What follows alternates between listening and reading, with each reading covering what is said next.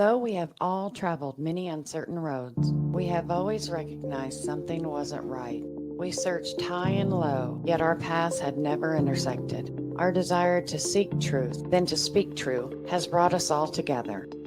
That thing of ours is rooted in truth, because truth is the only unshakable foundation. In the greatest book, it states in John 8:32, "For ye shall know the truth, and the truth shall make you free." Truth is a powerful force. It is the foundation on which all great achievements are built, and the bedrock of trust and respect in any relationship. When we are rooted in truth, we can be confident that our decisions and actions are grounded in reality rather than in speculation or wishful thinking. The pursuit of truth is not always easy. It requires courage, perseverance, and a willingness to face uncomfortable facts. But in the end, the truth is always worth it. It allows us to make better decisions, to build stronger relationships, and to create a more just and equitable world. From politics and world events to entertainment and pop culture, we've got you covered. We'll explore our history and the stories that matter to uncover the truth that lies at the heart of each one. With our fingers on the pulse of the news cycle, we'll provide the insights and analysis you need to stay informed and engaged. As we stay rooted in truth and let the truth guide us in all that we do, let us be willing to listen, to learn, and seek out the facts, even when they challenge our own assumption or belief. Let us never forget that the pursuit of truth is not just an individual endeavor, but a collective one. Only by working together With honesty and integrity, can we build a better future for ourselves And for generations to come. This is That Thing of Ours. How is it going, everybody? Thank you for joining us today on this Friday, 14th of February, 2025. Happy fake chocolate and flowers holiday, everybody. Hope you're having a good Valentine's Day. I'd like to thank each and every one of you for joining us on Facebook, YouTube, Twitch, X, Rumble, and Pill.net.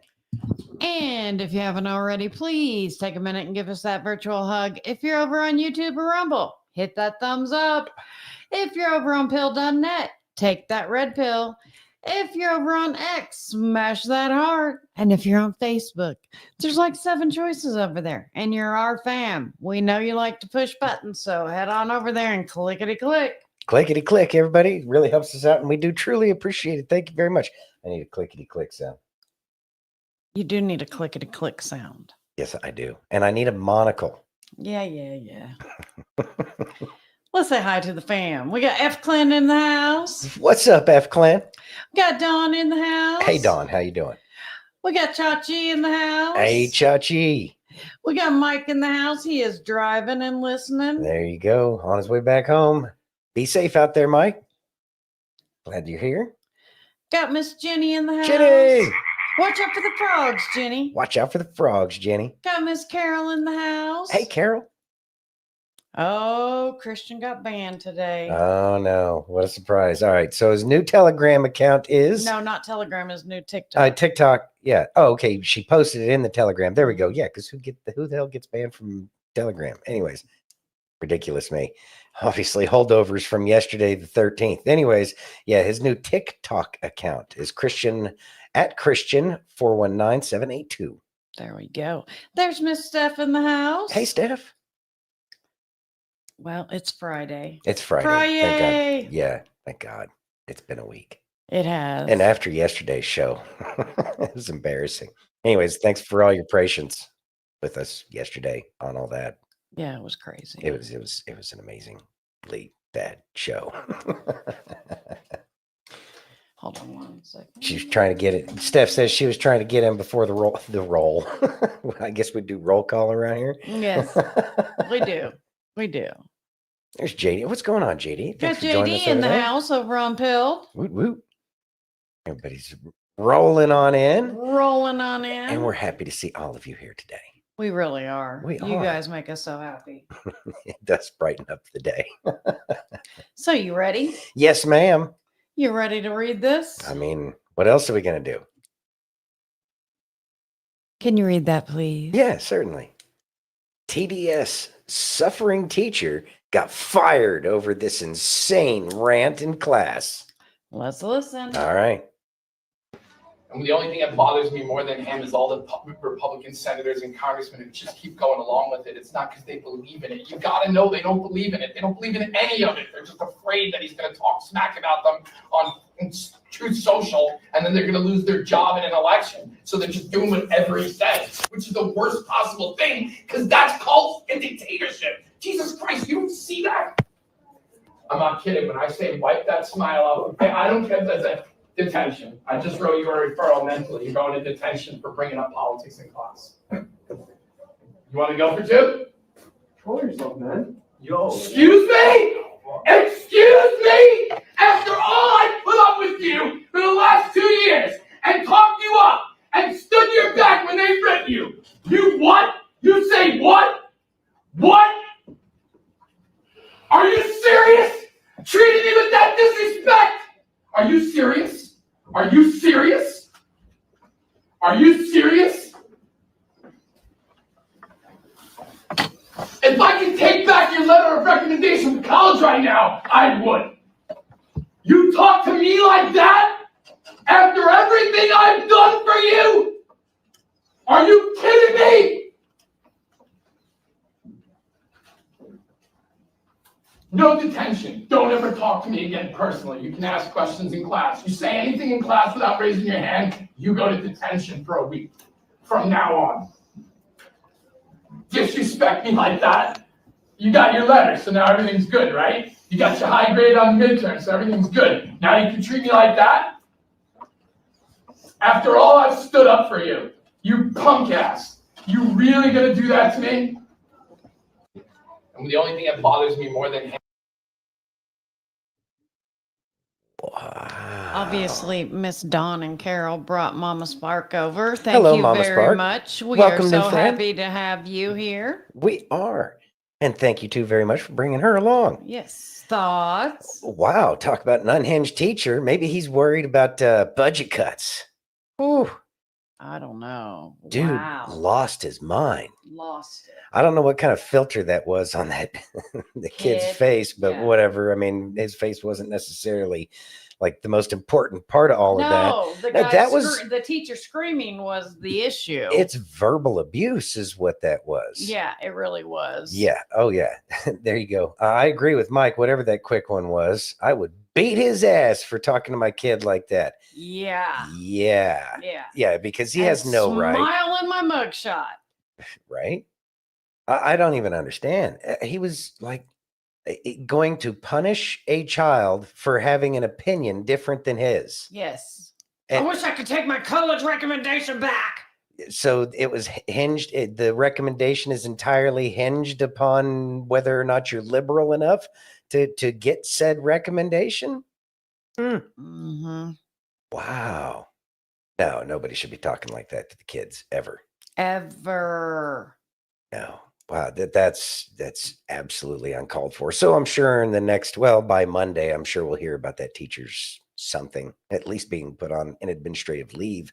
At the very least, I would hope. I mean, probably, serious consideration for dismissal. Well, he got fired. Oh, he did get fired. Yeah, he got fired. Oh, did it say that on the video? Yes. Oh, okay. You read it. I- Silly. Well, that's because I'm trying to read it. I'm not comprehending. There's a difference between reading and comprehension. Oh, okay. Well, yes, he got fired. Well, there you go. And he deserved to be fired. It's Talking to children like that. And I don't care if they are high schoolers. They are still doesn't matter. freaking children. exactly. And you showed your ass. Very much so. Mm-hmm. I've had that kind of week where I would love to whoop some ass. Oh no, Carol, not that. That's terrible. Yeah, I'd be smiling on my mugshot too, Jenny. Mm. You just that was unacceptable. Very unacceptable. Well, good luck. Anyway, Yeah. you ready? Yeah. Can you read that, please? Yeah, let's see if I can't comprehend it at the same time too. Rachel Maddow tries to pull a DOGE and uncover corruption, but missed an important point. Let's listen. What's this dude have to say? I know, this dude. Elon Musk has apparently somehow convinced the United States government, specifically the United States Department of State, that the taxpayers of the United States of America should spend $400 million buying, quote, armored Tesla production units. Isn't it great and definitely not at all illegal or profoundly corrupt? Definitely not ripping us all off to pay themselves, right? Donald Trump didn't give that contract to Elon Musk. Joe Biden gave it to him. She's as dumb as Harry Sisson. I can't believe that she shared that. Harry Sisson. Wow. Are they maybe related? Is that Harry Sisson? Who knows? I have no idea. Wow. I mean, we know that the legacy media is absolutely worthless, and they show it yet again, considering it was already debunked before MSNBC took that or put that puff piece out. Right? Not puff piece, but attack piece, hit piece. And this is another reason why Exactly, nobody. F. Clan. It's just, wow. Wow. It's just making mistakes everywhere. Mm-hmm. Like they're considered a professional newscast or something. I supposedly. mean, we're allowed to make mistakes, but we've gotten more right than MSLSD has. I know. Sure have. I mean, and when we have problems, it's normally because of Agent Smith and his little fucking dog. Whoa. Calm down. Anyways, why don't we drive on? Yeah. You ready? Yes. Can you read that, please? All right. Representative Paulina Luna says USAID is actively destabilizing nations without any oversight. Let's listen. Let's listen. Here's examples of some of the instruction manuals here. 1 and 2, in order to destabilize nations.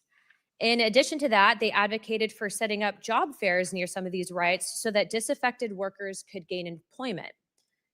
Now, as a member of Congress, I ask myself, did anyone in USAID get elected to Congress? How about to a presidency?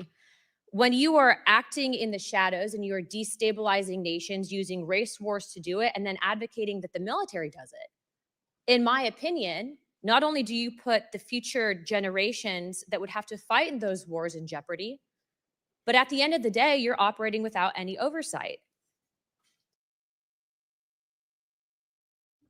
Thoughts? It's interesting because USAID is absolutely everything that they're accusing DOGE of being, yet DOGE has more like legitimacy for actually being there. There is oversight. As a matter of fact, it's really just an outside agency that's coming in to do an audit with the approval of the executive branch. The executive branch has authority over the money and how it's spent and stuff like that. So if President Trump or anybody in the executive branch decides at any point in time that they choose not to fund one program over another, well, then that's just the way it happens. And Lord knows that's exactly what the left and, well, the right has been doing as well. I'm going to go ahead and say the swamp.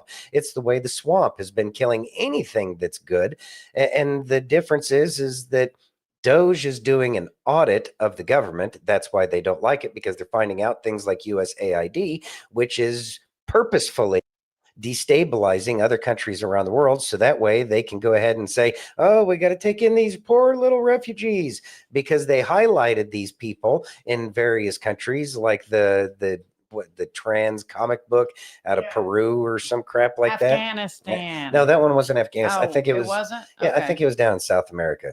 Okay. Hey, Sheriff Hector. Anyway, so they're the ones creating the issues. Then they say, oh, we have to go protect these people because they're favored in some way that's really not a benefit to the United States whatsoever. And then we're supposed to take them in. And then we end up having them, come here, marry their brother, and then make them a congresswoman out of Minneapolis or something. Yeah. For instance. Just for instance. Just throwing that one out there. Hypothetically. Hypothetically. It's kind of how it might happen. Hypothetically, it might happen that way. Yeah, it could happen that way. Could. Yeah. In which case, then that representative from, we'll just say Minneapolis, let's see, acts in a treasonous manner. And then what are we supposed to do about it? I don't know. Anyway, so Let them be part of the squad. yeah, put them in a squad. Yeah. Yeah, that. It's All right. Well, you're very ridiculous. busy over there, and I'm out of stuff You're- to talk about. You ready? Yes. Can you read that, please? Thought experiment demonstrates how lost Democrat voters have become, or how lost Democrat voters have become. You ready? Yeah, I need a new prescription glass.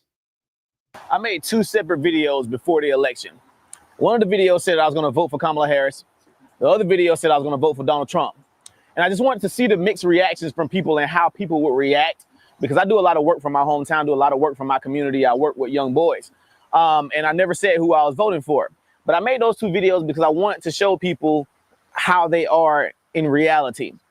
I made the Donald Trump video and I made the Kamala Harris video. Under the Kamala Harris video, you definitely had some Trump supporters like, well, we understand that you may have a different opinion or whatever, but we still support what you do. Maybe you'll wake up one day, et cetera, et cetera. You know, things like that. It wasn't nothing vile, wasn't no bad comments or nothing. I made the Donald Trump video. I got people that unfollowed me. I got people saying they can't support nothing I do no more. I got folk calling me all types of names, et cetera, et cetera. But what's crazy is all of the Kamala Harris supporters have become what they accuse Trump supporters of being. When you say you support Donald Trump, y'all be ready to kill him. Y'all ready to burn them at the stake. You calling them all types of names. You unfollowing them. You don't care what they're doing for their community. Nothing. If you support Trump, F you, I hate you so much, et cetera, et cetera. But all the people under the post, all the Trump supporters, when I said I was going to vote for Kamala, it was all love anyway. They was like, well, we still support what you're doing. We still going to donate. We still love the work, even though you don't have to support Donald Trump, et cetera, et cetera. So I've only received hate from the people that call themselves the tolerant side, the side that's supposed to be about love, the side that's supposed to, that's not about hate. But it's crazy because anytime somebody doesn't agree with you, all you spew is hate. All you give is hate. So it's funny how everybody who call themselves Democrats, you have turned into what you accuse the Republicans of being. Thoughts? All right, so this is something that's been going on for quite some time, but I'm glad that the younger generation is actually out there recognizing it and putting it out there. They have a much better platform to communicate these kinds of issues that they're seeing, and it's having a tremendous effect on everybody. And the fact that they are allowed to speak, unlike previous generations who've been silenced for, I don't know, some period of time. But the good thing is like the people are speaking out, and it is making a big difference, because that's how Donald Trump ended up getting elected. And it's not that it's about Donald Trump. And that's what the problem is people make it about an individual where it's a concept. See, Donald Trump used to be a Democrat. RFK Jr. used to be a Democrat.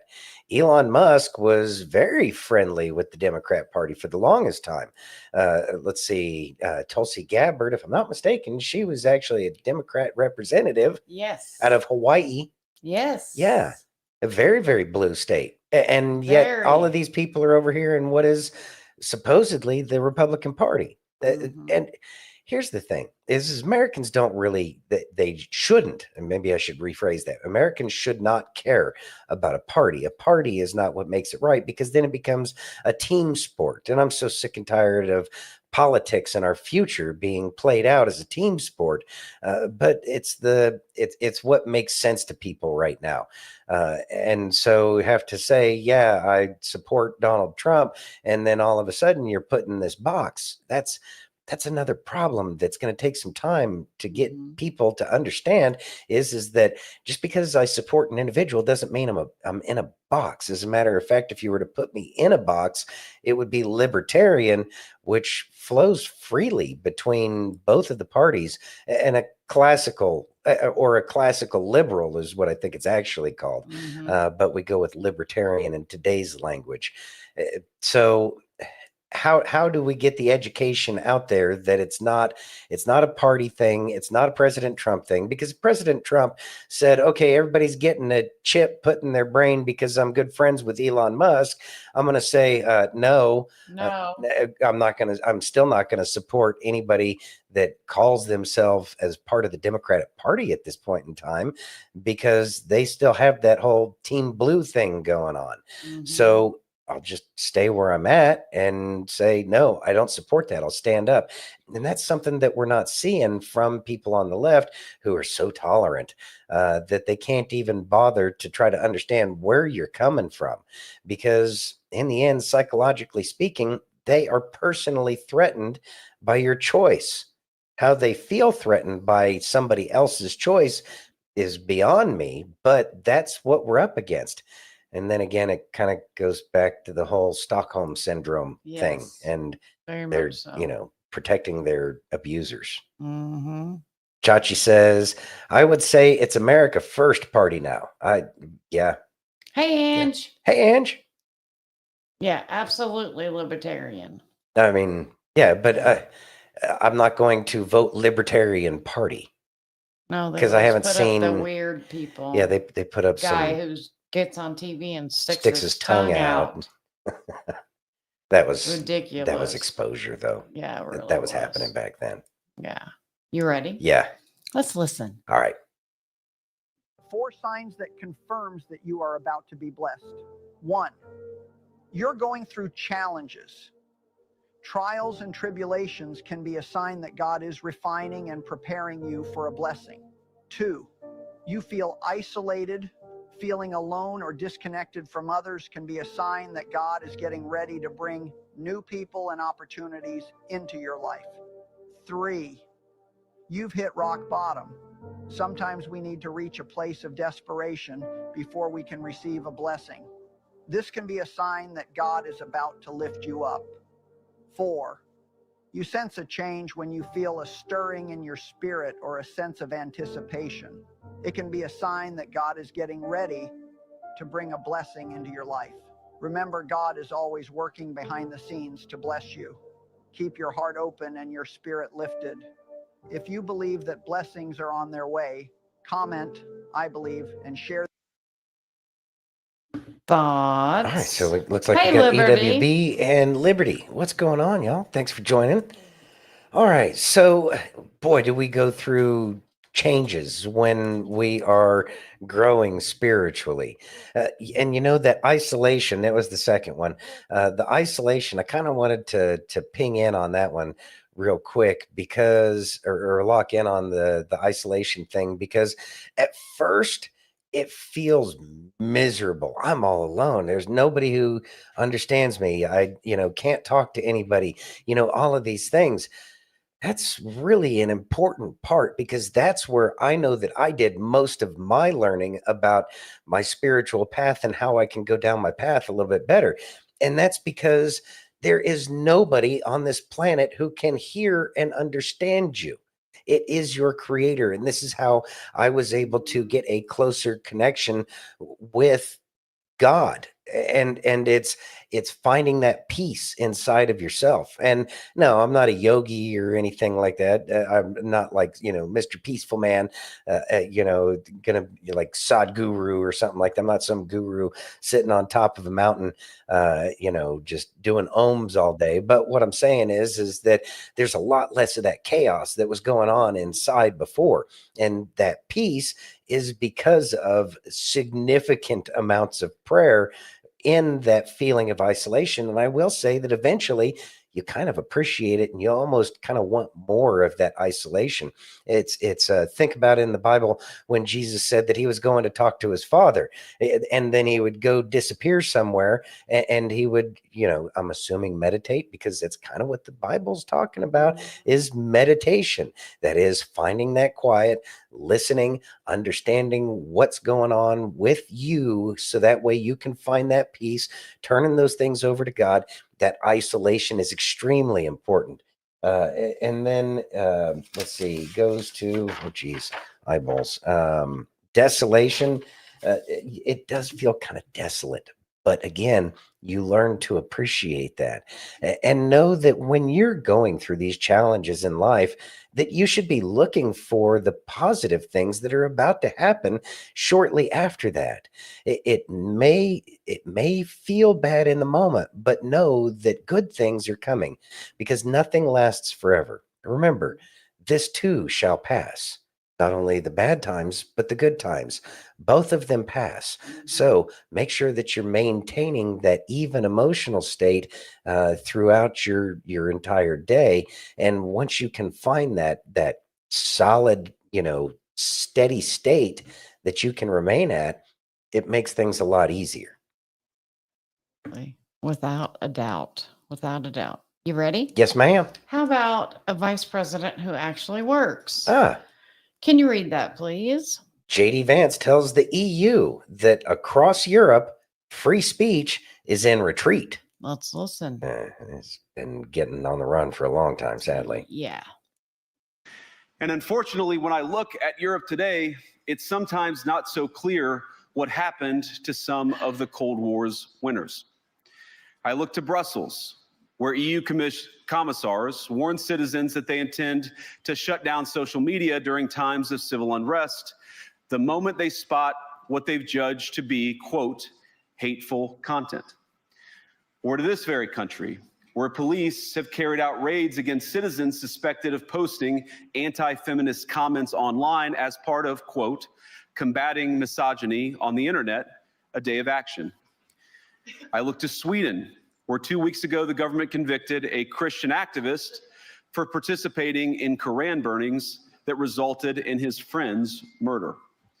And as the judge in his case chillingly noted, Sweden's laws to supposedly protect free expression do not, in fact, grant, and I'm quoting, a free pass to do or say anything without risking offending the group that holds that belief. And perhaps most concerningly, I look to our very dear friends, the United Kingdom, where the backslide away from conscience rights has placed the basic liberties of religious Britons in particular in the crosshairs.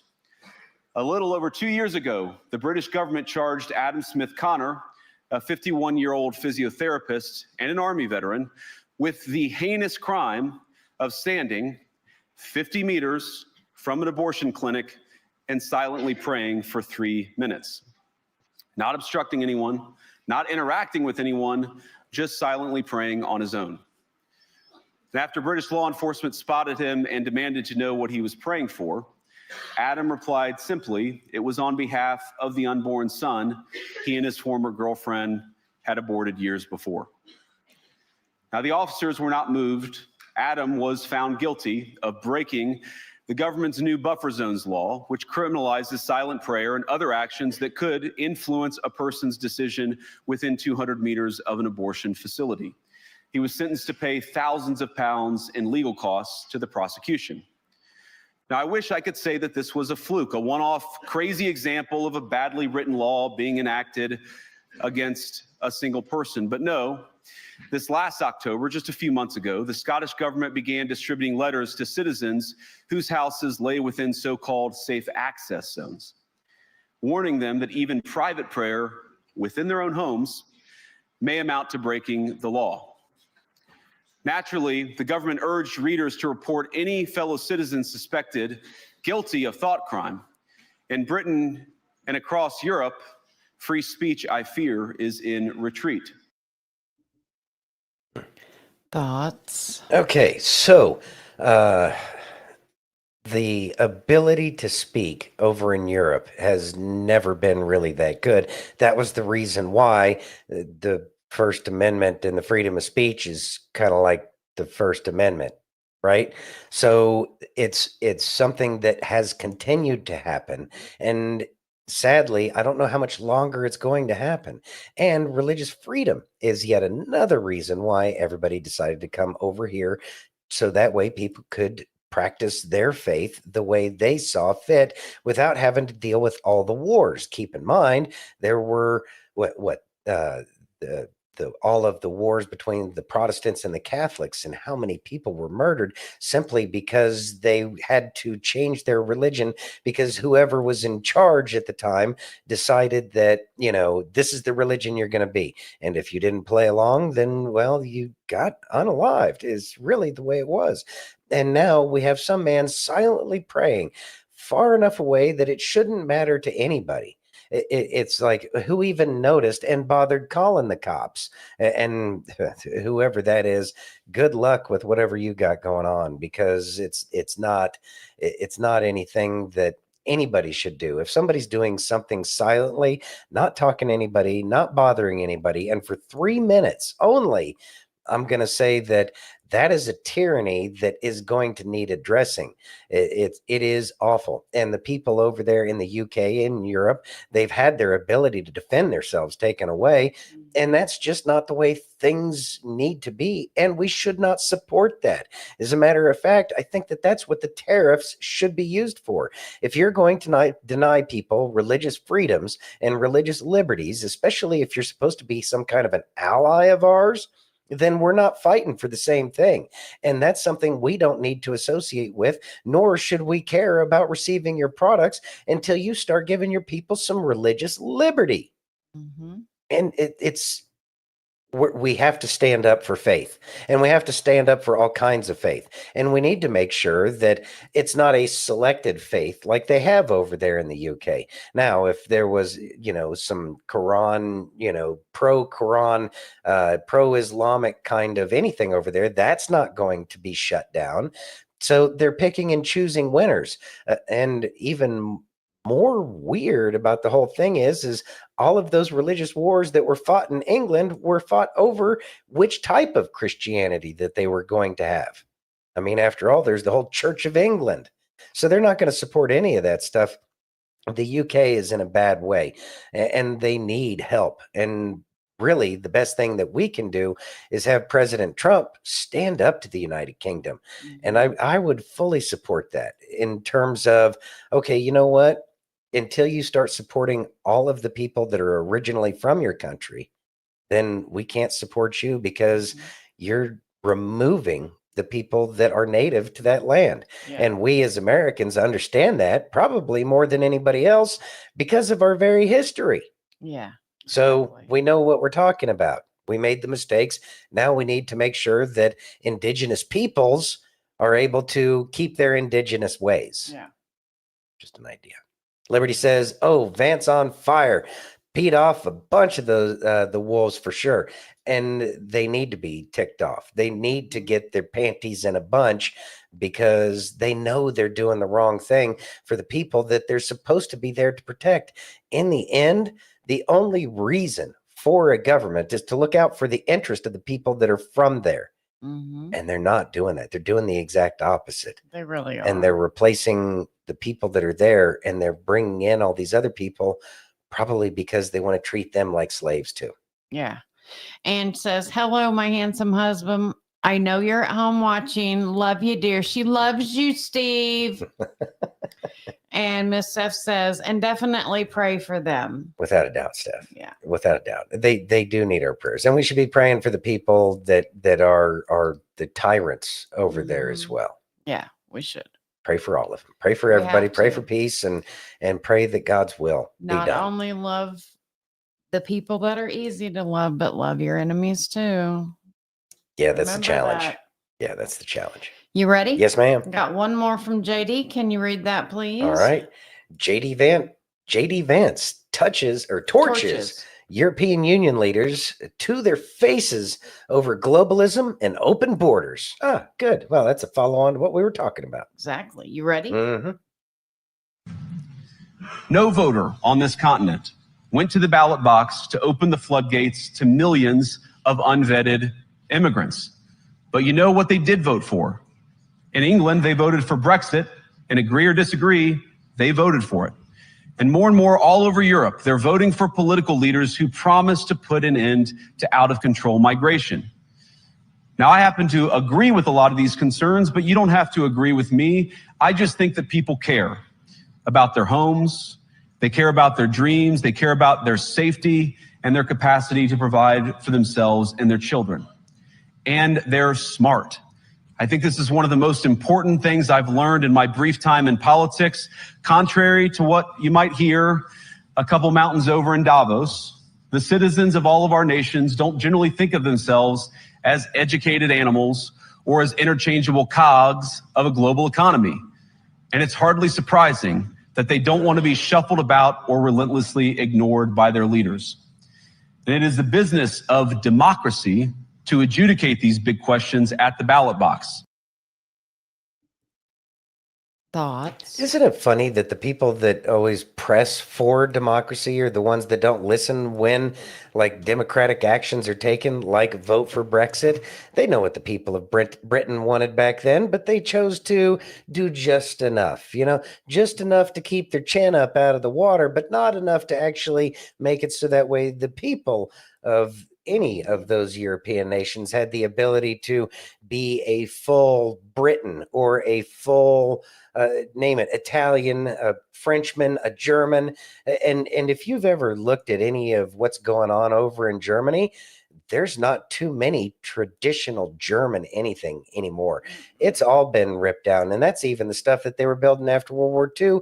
It's all modern monstrosities, absolutely Awful. ugly, vile buildings, and just negating the history of the German people right there. It is disgusting to see because they are being denied their history. And that's unacceptable because it's the leaders of these countries that are perpetrating this crime against the people they're supposed to be taking care of.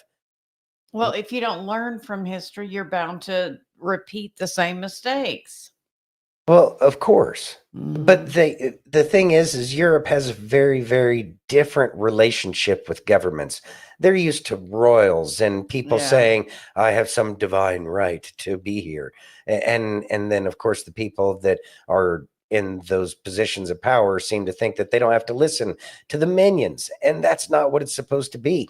It's a lack of self-confidence of the people over there in Europe. And if there's anything that I wish that we could give the people of Europe, it's sense of self, of who you are, and the fact that you're going to have to stand up to these clowns over there because they're destroying each and every one of your lives. And really, America is the world's last hope, because if we aren't able to follow through with what we started by trying to get President Trump to where he's at now, if we don't follow through and give him the support and the people he puts in place the support that they need, America is lost too.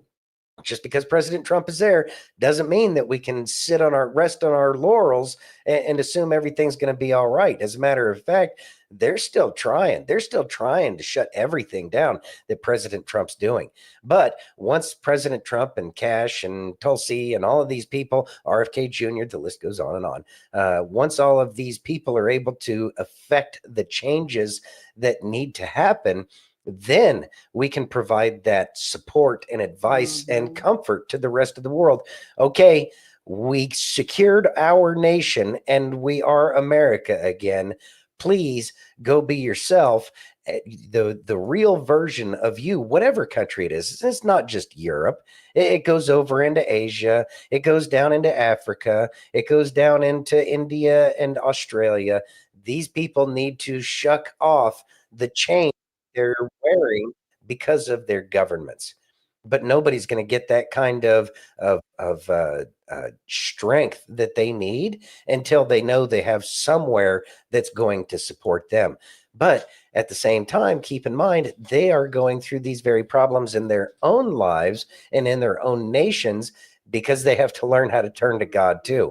Because it's not what we did as individuals or as groups of people. It is a divine providence. And until these other nations learn their own divine calling and what their relationship is supposed to be with their creator, then they're going to have a hard time. Doesn't matter what we do. Doesn't matter what kind of an example we are. Yeah. But the good thing is more and more people are turning back to God every single day. Mm-hmm. And if they don't, well, then the next most God-fearing people, I would have to say, are those of Islam. And we know what kind of Sharia law they have coming up for them. I don't know. Maybe they'll figure out what they really want. Mm-hmm. So all we can do is help our British friends find their faith. Liberty says, you'll be glad to know Vance and Hegseth's planes are over the Atlantic heading home now. Woot, woot. That's a good thing. That is a good thing. Hey, Chops. Hey, Chops, glad you're here. Yep. You ready? Yes, ma'am. Can you read that, please? Yes. Natalie Winters says, we're experiencing full-blown information warfare subsidized by the U.S. government. Let's listen. Nothing's changed. I know.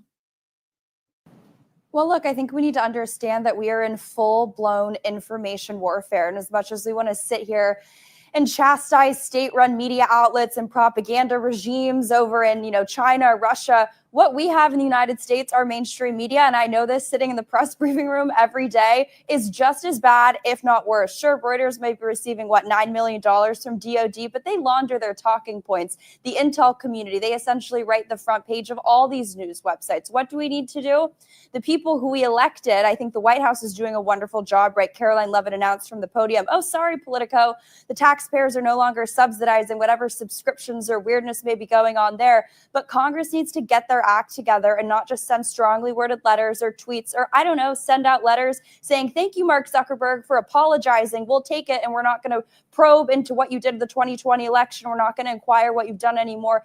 Past is prologue with all of these individuals, all of the entities that they have been funding for decades prior to their so-called MAGA conversions. They're now coming back to haunt us because they are creating the financial superstructure that is really allowing the Resistance 2.0 to really target the Trump administration and the courts. So I know we aren't allowed to say the word retribution, but I think it's justice. What they're doing is not legal. We need to revoke their 501c3 statuses. This is very clearly political when it comes to the grant making. But Congress needs to get serious and actually do something and not just tweet about it. Well, Congress is not even going to really cut spending. If you look at the budget reconciliation. Thoughts? All right. So there's still tons of, remember, they were throwing gold bars off the Titanic, and that was just one that we heard about, right? One. I know that the rest of them were doing the same thing, trying to hide, put shelter money away somewhere so that way they would have a war chest, I guess, for lack of a better word. Yeah. And because they know they are in a war for their own lives because their corruption is being found out, and more people, if we were able to vote President Trump in despite all of the corruption that they did over the past 2 elections, right? Yeah. That they're still planning on still being here after the next 4 years. So they're dipping into their war chests. They're going to do whatever it is that they can do to try to make sure that they, are staying alive, right? And so these organizations like Politico, they haven't shut down yet. So they obviously have some money tucked away somewhere so that way they can continue to run operations, because there can't be that many people supporting Politico. Now, all of these news organizations, keep in mind, they're getting funding from Big Pharma. I mean, look at any of the commercials now. It's mostly Big Pharma telling everybody what diseases they need to talk to their doctor about that they may or may not have. Yeah. So there's still plenty of money. They're still going to play the game. The psychological operation has not stopped. And that's something that we need to remember is that we can't stop any of the things that we were doing to try to wake people up before, because people are still taking their regular talking points from the legacy media. They're talking to their friends who are listening to the legacy media. We are still fighting the swamp creature. We're still fighting it. Don't think that the swamp creature is gone. It hasn't. As a matter of fact, more work needs to happen now than probably before the election. Yeah. We got to keep going. We got to keep educating people. Hey, this is what I'm seeing. What do you see? Are people more open to hearing what people, of the conspiracy minded kind of mindset are saying? Yes, they are willing to listen, whereas they weren't before. That's the real victory. And that's the victory that got us to President Trump. But we also know that people can give up. They can see all of this corruption. They say it's never going to change. They can still think that President Trump and RFK and Tulsi, they were Democrats before. What's any different now? They've just changed their tactic. That's a fear for a lot of people. People can go back to sleep because they're not fully awake yet. So we have to make sure that people are still seeing the things that are happening and what they mean as a bigger picture. President Trump provides some challenges for us, especially with the Gulf of America thing. I know that it takes some time to try that instantly gets rid of all of the laws that prevented anybody from drilling in the Gulf of Mexico. Now we can have more Yeah, the Gulf of America. Thank you. Anyways, the Gulf of America, it negates all the laws from the Gulf of Mexico because the Gulf of Mexico doesn't exist anymore. That's what I'm trying to say. Yeah. Hey, Silver. So again, more explanations as to what is going on because President Trump doesn't exactly explain what he's doing. He does it. We know what he's doing. We have the idea because we've had our ear to the track. So therefore, we need to communicate that to everybody else. Absolutely. You know, I mean, but the good thing is that more and more people are opening up their ears. They are opening and up their they're ears. seeing what's going on. Mhm. And so it's becoming better and better every day. It is becoming better, but we need to make sure that we are still paying Oh, attention. yes, but we've got to pay attention and we still got to talk. And we still have to listen, Mhm. which is important. The people that aren't there yet need to feel as if they are being heard. And there's only one way to make somebody feel as they're being heard, and that's to not only listen to the words that they're saying, not waiting to talk, but to actually understand from their heart what they are trying to communicate. Because they have very real fears. Whether or not the fears are real, the fears are real to them. Therefore, they're real fears. So we just have to be counselors, and that's okay. That is okay. Hey, you make friends when you do that, anyways. Mm-hmm. And says, I need to research why we even named it Gulf of Mexico. Anyone? That's the research thing. Yeah, I agree with Will Lunker. Yeah, exactly. Yeah, I have no idea. You ready? Yeah. You don't have to read this one. I don't? Nope. This is from Twitter or X. From X, yeah. Let's listen. All right. I'm going to stand with you in this fight, and we will win. We will win. We will win. We will win. We will win. We will win. We won't rest. We won't rest. We won't rest. We won't rest. Thank you, everybody. Thank you, Leader Schumer. I'm going to stand with you. He's lost his mind. Who, Sizzle Tits? Yeah. Yeah. Wow. I mean, what are we supposed to say? It's a rally. They're trying to rally their base. They have to go back to the pep rallies a la high school. Right. Because people still respond to that with loud voices and cheering and chanting, and people don't even know what they're cheering and chanting about, except for the people up, they're doing the cheerleading like Chucky. Yeah. Anyway, so yeah, the cringe is strong with that one. I know. Yeah. Mr. Erection Man. How many times did he say it? And he Like giggled about 4 it or every 5 time. times? Yeah, It's ridiculous. he incited an erection. Yeah. Are you ready? Yes. Okay. I think I'd rather listen to Kamala again. Got President Trump. I'd rather listen to him. Well, we're going to. Thank you.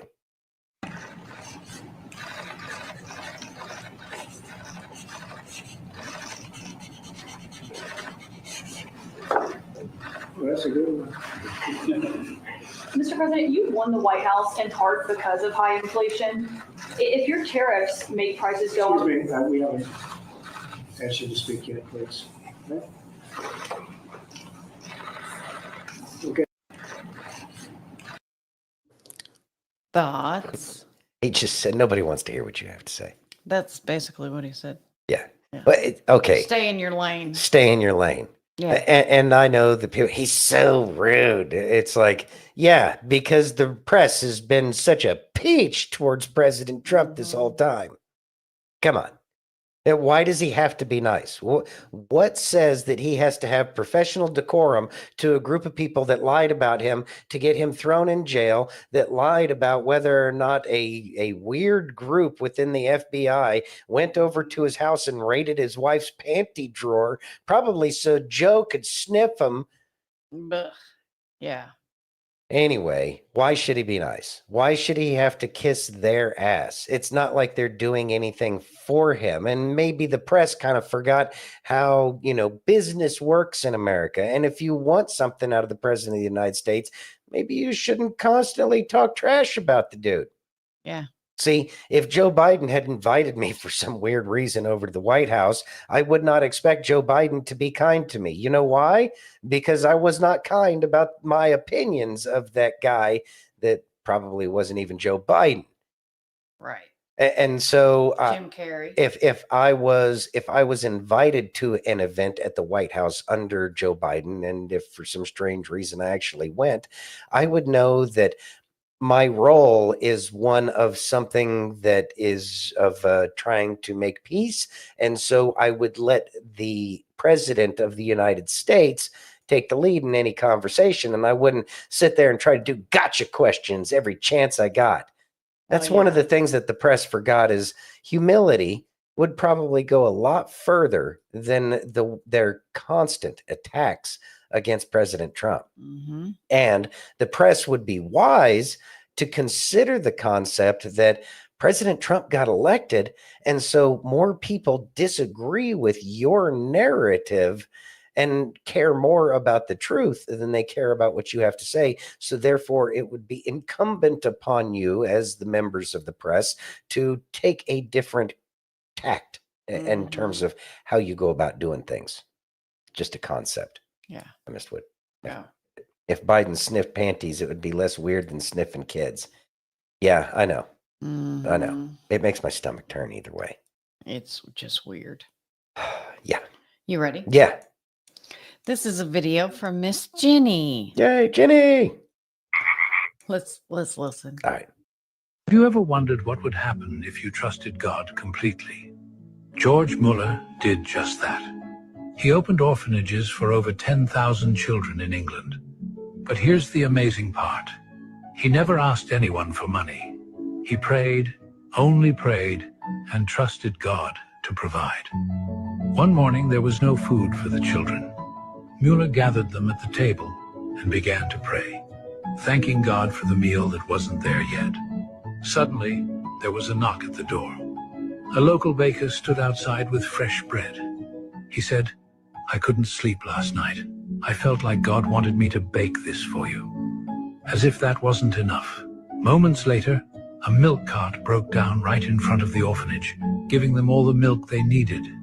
George Muller's life was a living testimony of God's provision. He proved that when you trust in God fully, miracles happen. Thoughts? That's amazing. And that's exactly what the Bible tells us we should do. We should give thanks. Even if it's not there at that moment, when you have everybody sitting there to pray, to eat, and there's no food, miracles happen. And the miracles happen before, and it proves the Bible yet again that God knows what we need before we even ask for it. Yep. Because that milk truck broke down and that man was inspired to bake bread the night before. That's how God works. And so we have to have that unflinching faith where we know, beyond a shadow of a doubt, that God will provide. It's only a mustard seed. Hey, Randoon. Hey, Randoon. Just have that faith and leave it all to God. Guy didn't even ask for money and yet was still provided for. Constantly. That's an amazing story. And yeah, that's thank you, Jenny, for sharing that one. That's awesome. That was amazing. You ready? Yep. Can you read that, please? All right. President Trump speaks out on Rhino turncoat Glitch McConnell voting against RFK Jr. Let's listen. I wonder why. Yeah. RFK Jr. as the next health secretary, citing conspiracy theories. What's your reaction to that? Well, I feel sorry for Mitch. And I was one of the people that he wanted to go to the end and he wanted to stay leader. He's not equipped mentally. He wasn't equipped 10 years ago mentally, in my opinion. He'd let the Republican Party go to hell. If I didn't come along, the Republican Party wouldn't even exist right now. Mitch McConnell never really had it. He had an ability to raise money because of his position as leader, which anybody could do. You could do it even. And that's saying a lot. But the fact is that he raised money and he gave a lot of money to senators. And so he had a little loyalty based on the fact that as leader, you could raise a lot of money. Senators would call me and they say, he wants to give me 20, 25 million. Can I take it? I'd say, take the money, take the money. But he engendered a certain amount of, I don't even call it loyalty. He, was able to get votes. But I was the one that got him to drop out of the leadership position. So he can't love me, but he's not voting against Bobby. He's voting against me, but that's all right. He endorsed me. Mitch, do you know that Mitch endorsed me, right? Well, he did You have think that polio, was easy? What? He had polio, obviously, and I don't know. I don't know anything about. He had polio. He had polio. Are you doubting that he had polio? I have no idea if he had polio. All I can tell you about him is that he shouldn't have been leader. He knows that. He voted against Bobby. He votes against almost everything now. He's a very bitter guy, and we have a very strong party. And he's almost not even really a very powerful member. I'd say he's not he's lost his power, and it's affected his vote. And it's one of those things. But in the meantime, Bobby did great, got more votes than anybody thought, and I think he's going to do phenomenally, just phenomenally in that position. And everybody else likewise did well. Not only well, they got more votes than anybody thought. Tulsi, look at how she did. She did great. Thoughts? All right. Well, I think that's really the truth right there in that little clip where he says Mitch is just bitter. Mm-hmm. Of course he's bitter. He's bitter because he got bested. He got bested. He didn't have the intelligence. He didn't have the ability. He doesn't have the ability to motivate people. He was only able to motivate people because, well, he could pay them to do the things that he wanted them to do and nothing else. So that just means that he was treacherous enough to get to where he was. What that treachery is I really don't want to know, but I have a feeling we're going to find out anyways. But he got to where he was.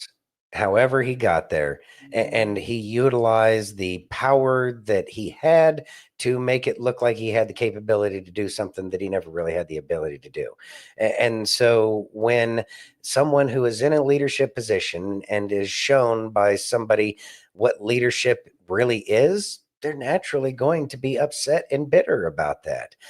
Or they could grow as a human being and fall in line and try to make things better, but that's not what he did.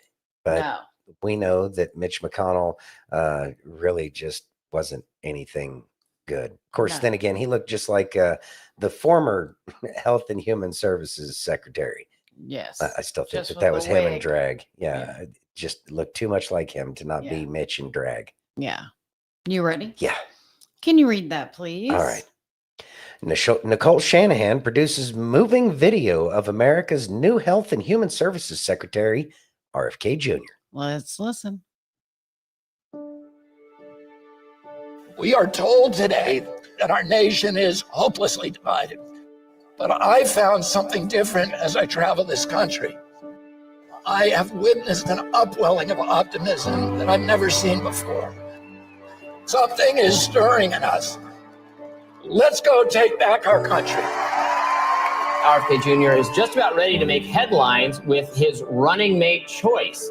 I'm so proud to introduce to you my fellow lawyer, a brilliant scientist, technologist, a fierce warrior mom, Nicole Shanahan. This campaign is so much more than politics. This campaign is about what is sacred, health and our families in this beautiful land that deserves much greater attention and care than we've given it. Robert F. Kennedy Jr.'s favorability is skyrocketing. Bobby Kennedy just got up and said, America leads the world in chronic illness. This is a real issue that we all face, and we're all being poisoned, and they're profiting off of it. But when someone like RFK Jr. comes along and says, hey, I think we can fix this, it's like, give him a chance. This is a spiritual journey for me. For 19 years, I prayed every morning that God would put me in a position to end this calamity. The most unifying theme for all Americans is that we all love our children. If we all unite around that issue now, we can finally give them the protection, the health, and the future that they deserve. Some have called this an unlikely partnership. Former President Trump and Robert F. Kennedy Jr. have formed an alliance. Former President Trump says he'll work with Robert F. Kennedy Jr. to make America healthy again. Tonight, I'm very pleased to welcome Robert F. Kennedy Jr. Don't you want healthy children? And don't you want a president that's going to make America healthy again? The MAGA unity movement is very, very strong in the United States right now. Arguably, it is the largest movement in the world. MAGA should be entirely bipartisan. This is people wanting to make America healthy again. The most powerful new force in American politics is these moms of the Make America Healthy Again. This is a transcendent, powerful movement, and it crosses party lines. I'm a mother to a child with special needs, and I will dedicate the rest of my life to fighting on behalf of children and their right to be healthy and their right to thrive. If you are a well person, you have the American dream at your feet. But if you're sick, you only have one dream, and that's to get better. And I can promise you that we are going to make America healthy again.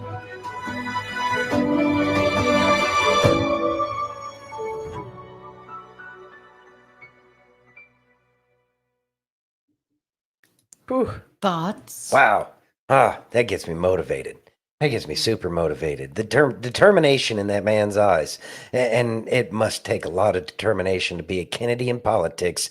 It's got to be the most dangerous job in the world, a Kennedy in politics. Yeah. Whew, man. So really good though. This is his chance to go after so many of the people who have been destroying this nation that his father and his uncle were fighting against. They were trying to clean it up. But fortunately, there are reinforcements, there are support, and they have a mandate by the people. Nothing could be better.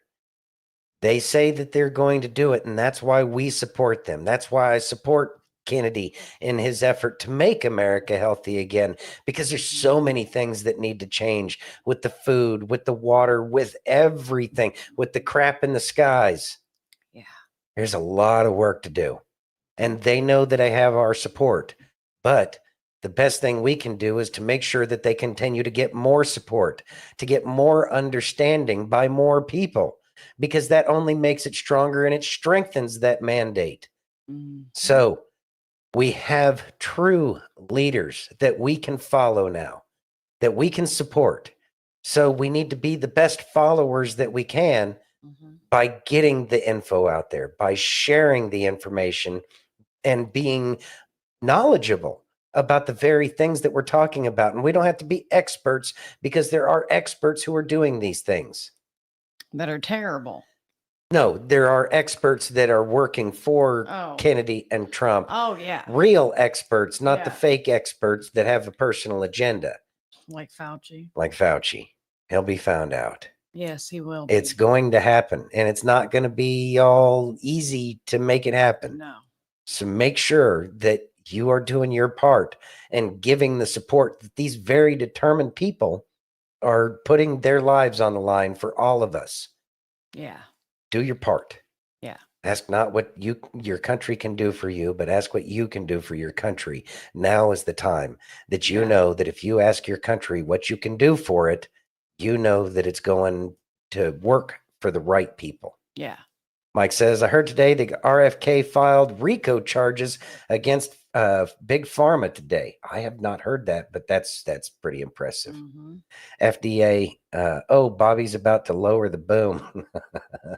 Bobby is stopping TV ads by Big Pharma. That Good. will change the narrative very quickly.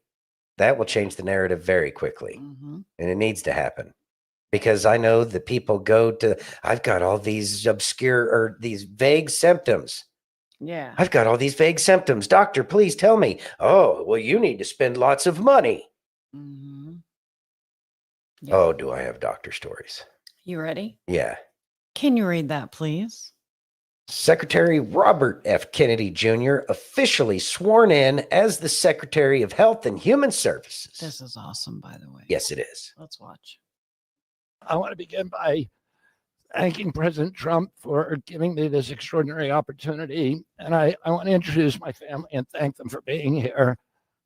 My wife, Cheryl, my cousin, Anthony Shriver, my daughter, Kik, my other daughter, Kira, Catalina Shriver, Joey Shriver, Jackson Hines, and Amaryllis Kennedy. Oh, and I want to thank all of you for your support and throughout this whole 2.5 year journey. My first time in this Oval Office was in 1961, and I came here to meet or 1962. I came here and I had a meeting with my uncle, who was president then, where we talked about the environment. He was involved deeply, as we all know, in restoring physical fitness in this country. He challenged at one point during his administration, he challenged Americans to do a 50-mile walk, which I ultimately did. But I remember the day that my father completed his walk. We were staying up at Camp David. And my father came in after 18 hours walking on the CNO towpath with his feet bleeding and blisters on them. My father had one of his best friends was Al Lowenstein. And Al Lowenstein ultimately was a congressman from New York who was assassinated himself in 1980. And Al Lowenstein had started the Dump Johnson movement to get rid of President Johnson and end the Vietnam War. And at the time that he started it, people just thought it was a fool's errand. And ultimately, he asked my father to run for president against Johnson. My father wouldn't do it at that time. And he asked Gene McCarthy. McCarthy did it, and he joined that campaign. And my father ultimately ran, and Johnson then dropped out. So Al Lowenstein succeeded. And although Al Lowenstein was on the other side now, running against my father with Gene McCarthy, my father wrote him a note, a quote from Emerson, where he said, if a single man plant himself firmly on his own ideal and there abide, the whole wide world will come round to him.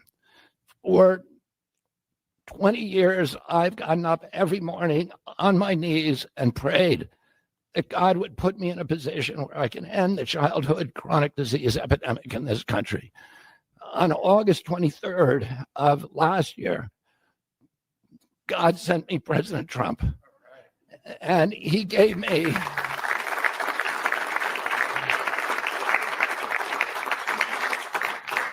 he's now given me, he's kept every promise that he's made to me.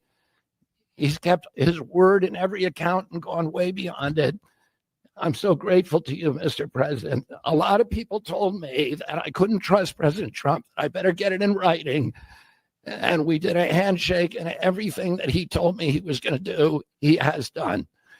And I'm so grateful to him. And I've told you before, I genuinely believe that you are a pivotal historical figure, and you are going to transform this country at a time when we see all of the indicia of democracy now in tatters in our country. We see the rise of the military-industrial complex, the rise of totalitarianism, these attacks on our Constitution, and this breathtaking epidemic that is disabling our people. President Trump has promised to restore the American dream in this country. A healthy person has 1,000 dreams. A sick person only has one. 60% of our population has only one dream, that they get better. President Trump has promised that he's going to restore America's strength. But we can't be a strong nation if we have a weak citizenry. If people are sick, 60% of our people are sick, 77%, as President Trump mentioned, of our children cannot qualify for military service. And we need a man on a white horse now. We need somebody who is willing to come in and has the spine and the guts and the strength to challenge orthodoxies, to stand in the way of vested interests, and to break institutions that have turned against our democracy. President Trump has shown again and again that he is that hero. And most recently, I greatly appreciate, and I called you the day that you announced the termination of USAID.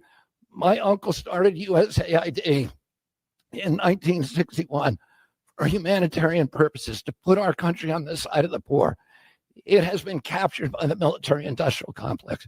It has become a sinister propagator of totalitarianism and war across the globe. And very few people understand how sinister this agency really is. And President Trump saw that, and he stood up to it with a masterstroke.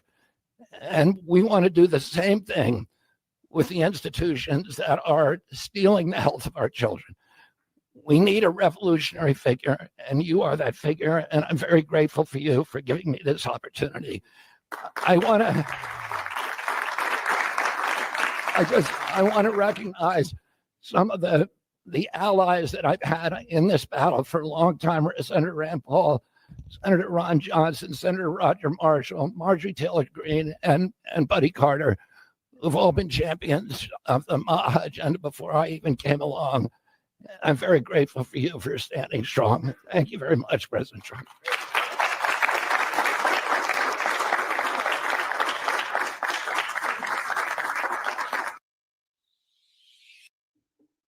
Thoughts? How heartwarming. Man, this is great. It's just everything about it is amazing to watch. I know that we're not on easy street, but you know what? I know that we have the best chance to have America get back to what it was intended to be, more so than it's ever been during my lifetime. And that includes the Reagan years. And not that I know much, because I was just a wee lad back in 1980 through 88. But at the same time, I have a historical understanding based off of the way everything was going on. And I know that President Reagan tried to do great things, but he certainly was not an outsider. And Reagan certainly did not bring together a coalition of people from all parties and ways of thinking other than the common uniting concept of the Constitution being the highest law of the land. That is what is encouraging about all of this. And I know that RFK Jr. is like, I know that the cereal companies already started changing the dyes that they're using. And it's not like, for me personally, I love sugar. I love sugar a lot. It's one of my problems. But like those sugary cereals, I can't go back to them personally because people have been bringing up the fact that these things cause all sorts of health issues, and yet they continue to do that, and they were giving it to children.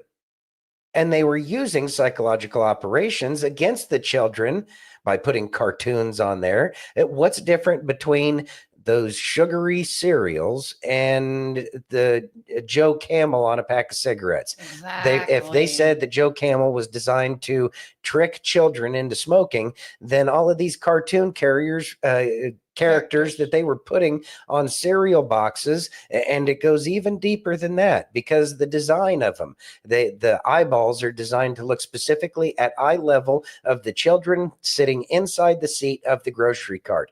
Look at the eyes, and if it's set up properly, you'll notice that trick is being played against children. And so they use every psychological trick that they can to ensnare children to give them poisons. I'm so thankful that RFK Jr. is the head of the Health and Human Services, because I know that the human services, the human part of it, will most assuredly be the important part of all of it, and it will be their health that he is seeking. No better person to be in that spot than RFK Jr. right now. F. Clint says, remember eating half a box of Fruit Loops in a saucepan? Saucepan. I know sugar's a drug, Jenny. I have so little left. I know. I remember just chowing down on a box of cereal. And says, at Santino, I totally have a sweet tooth. I mean, it's a thing. Silver says sugar is as addictive as cocaine or heroin. And much easier to get a hold of. Yep. Angie says that's why every holiday includes candy. Happy Valentine's Day. Mm-hmm. And chocolate. Yeah. Yeah. You ready? Yeah. Miss Jenny also sent me this one. This one's good too. You ready? Yeah. It's time to reveal a national scandal. British taxpayers are sending billions of pounds abroad to pointless woke projects while we're told there's a £22 billion black hole. What I'm about to tell you paints a picture of, in my view, government-sponsored fraud, corruption and waste that spans decades. Are you ready? You sent £1.4 billion to refurbish the High Commission in Nairobi. This included replacing lighting and their fire alarms. Does that sound like value for money to you? You spent £15.5 million to set up climate-smart jobs in Uganda. There is 133 grand to monitor the Afghan Taliban's narcotics ban, £50,000 to study the health of shrimps in Bangladesh. You sent 25 million quid to support green urban growth in Somalia. Shall we just check with Somalia, do we think, and see how they're getting on with your money?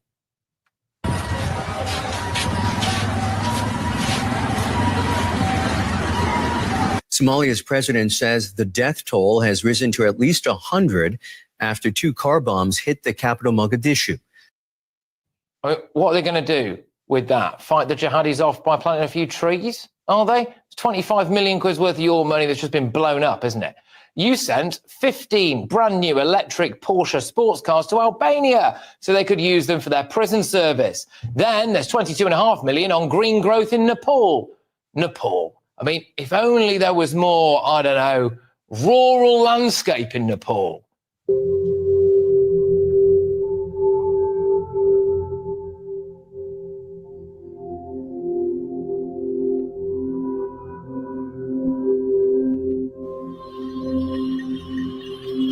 Yep, I think we can all agree that we should all pay our fair share towards green growth over there. £264,000 combating disinformation in Ethiopia. I mean, what will they discover there? Maybe there wasn't a famine. You know, maybe it was all just a big con by Oxfam, although to be fair, it wouldn't be the worst thing Oxfam has done. And then there's 8.6 million quid supporting renewable energy in Indonesia. Well, let's look a little bit closer to home now, shall we? Whilst pensioners freeze to death, people can't afford to have kids or afford to live in a squalid bedsit in Slough, we are handing over tens of millions of pounds to so-called academics to study meaningless tosh. The government spent 200 grand researching the impact of Star Wars on the environment. 502 winter fuel payments for pensioners, that would be roughly. 194k researching gay pig masculinities, which resulted in a film called Oink, which I am told by my producers I am not allowed to show you on account of the fact that it's far too graphic. So you spent 200 grand to not be able to see this stuff. Anyway, that's money well spent, isn't it? £407,000 researching gender-based and racialized violence in Ecuador. £311,000 so the University of Leicester can research indigenous film ecologies in India. 842 grand researching the Europe that gay porn built. Fantastic. So I present this show to you tonight, sitting on the foundations of gay porn. Remarkable, isn't it? And then there's the money that gets gobbled up by the public sector. You paid 19.5 million quid for Transport for London to move office. And then you paid 60 million quid so their staff can get into work even when the transport system is disrupted. Now, forgive me, but are they not the ones causing that disruption? We spent £1 billion for asylum accommodation and support in the northwest of England. So again, can you imagine what places like Bolton or Blackpool or Bootle could do with 1 billion quid if we helped to regenerate their local areas? No, I mean, it goes entirely towards looking after illegals instead. And then you found, well done, you found the money to donate 73 million quid for translation services for the NHS. So people who can't be bothered to learn our language can get the taxpayer-funded healthcare that they deserve. All of that is shocking. But imagine what we don't know about. The NHS had a £10.6 billion funding boost when Labour came to power. They've said it's just been totally swallowed up. It's gone with no real results. And how? Why? Where's it all gone? There has to be a reckoning. I mean, just look at what Elon Musk and Trump are doing with the Department for Government Efficiency over there in the States. British taxpayers should demand No more money sent abroad for things like Bangladeshi shrimp studies. No more money so some artist with blue hair and a confused sexuality can examine Europe's gay porn scene, and a complete ruthless audit of all of our public institutions. I mean, don't let this government tell you that Britain is skint and your taxes need to go up. Well, we're sending money to everyone else. Thoughts? All right. So this is added benefit. Is it gives ammunition to the actual news over there in the UK and the rest of Europe. The world is watching. We know that the world is watching. They always watch us. And they have the same problems that we have. Now they have a reason in which to cause problems over there in Europe, which they desperately need problems because they have some desperate issues that need to be dealt with. You know, the Bangladeshi shrimp, as if that's going to do anything for anybody in England. Why?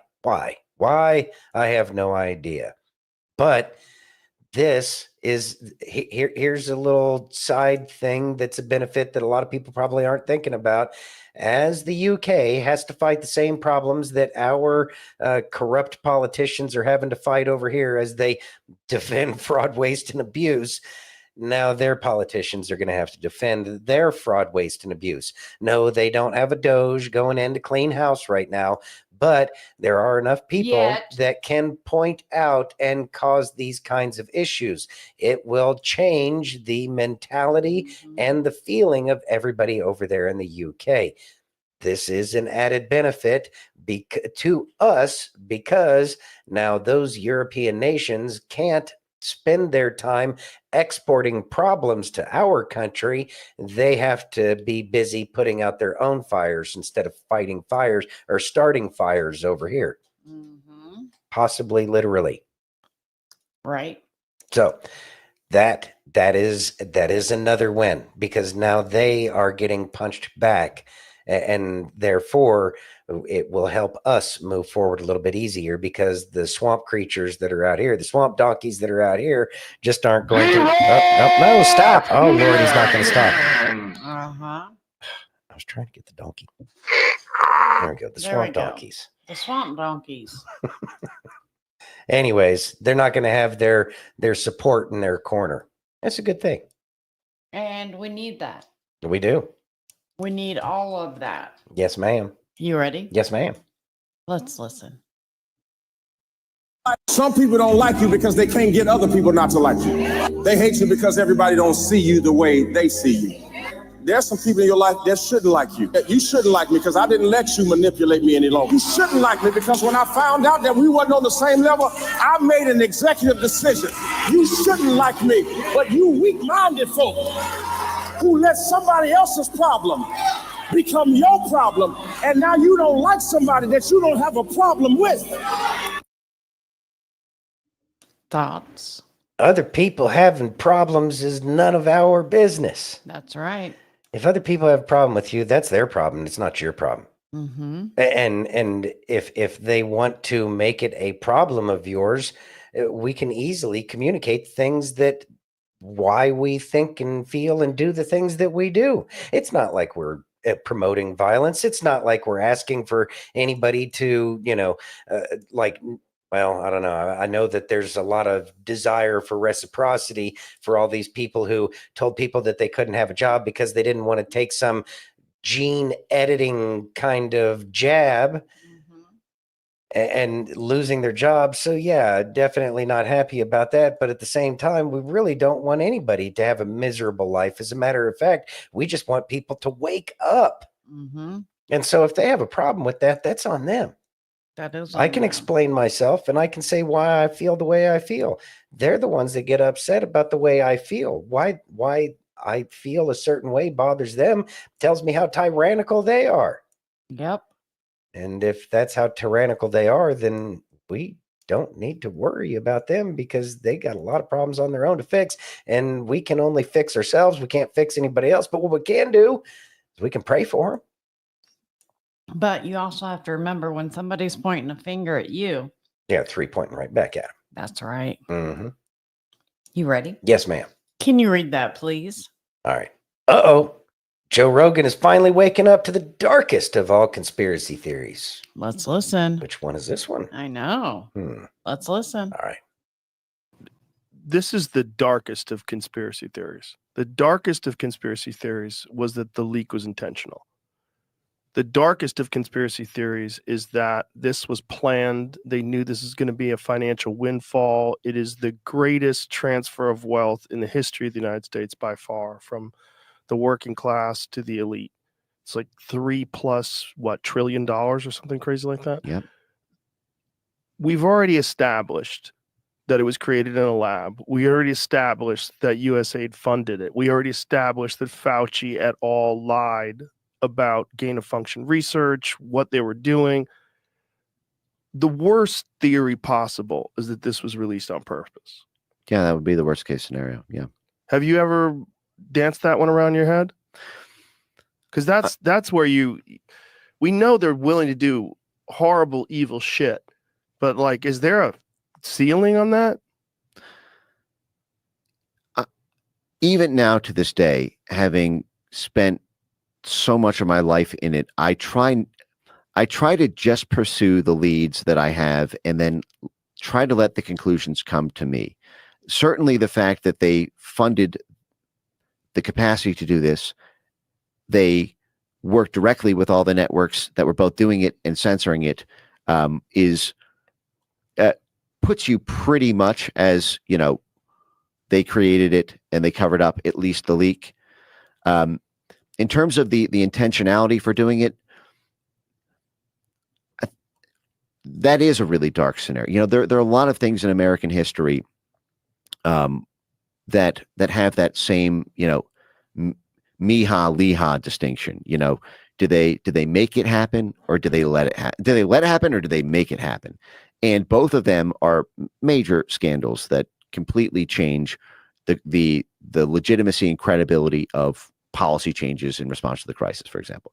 Like, take something like Pearl Harbor, right? It's been declassified now. The McCollum memo, the 8 action plan.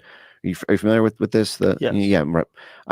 And this was, written before the bombing, and it was 8 ways to get Japan to attack us because we don't have diplomatic cover to declare war on them. But if we get them to attack us, and we can then spiral that into a war predicate. I mean, they're the same thing, for example, with the Northwoods memo, with pretext to war with Cuba and cooking up all these, hijacking our own planes, sinking our own ships, doing riots on the streets of Miami, and then saying that it was the Cuban government behind it.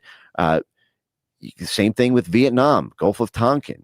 Same thing with with the weapons of mass destruction predicate for invading Iraq. Did we know that were we duped and the crime was negligence for letting our national security state believe the New York Times reporting on chemical and biological and weapons of mass destruction in Iraq? Or did we make that happen?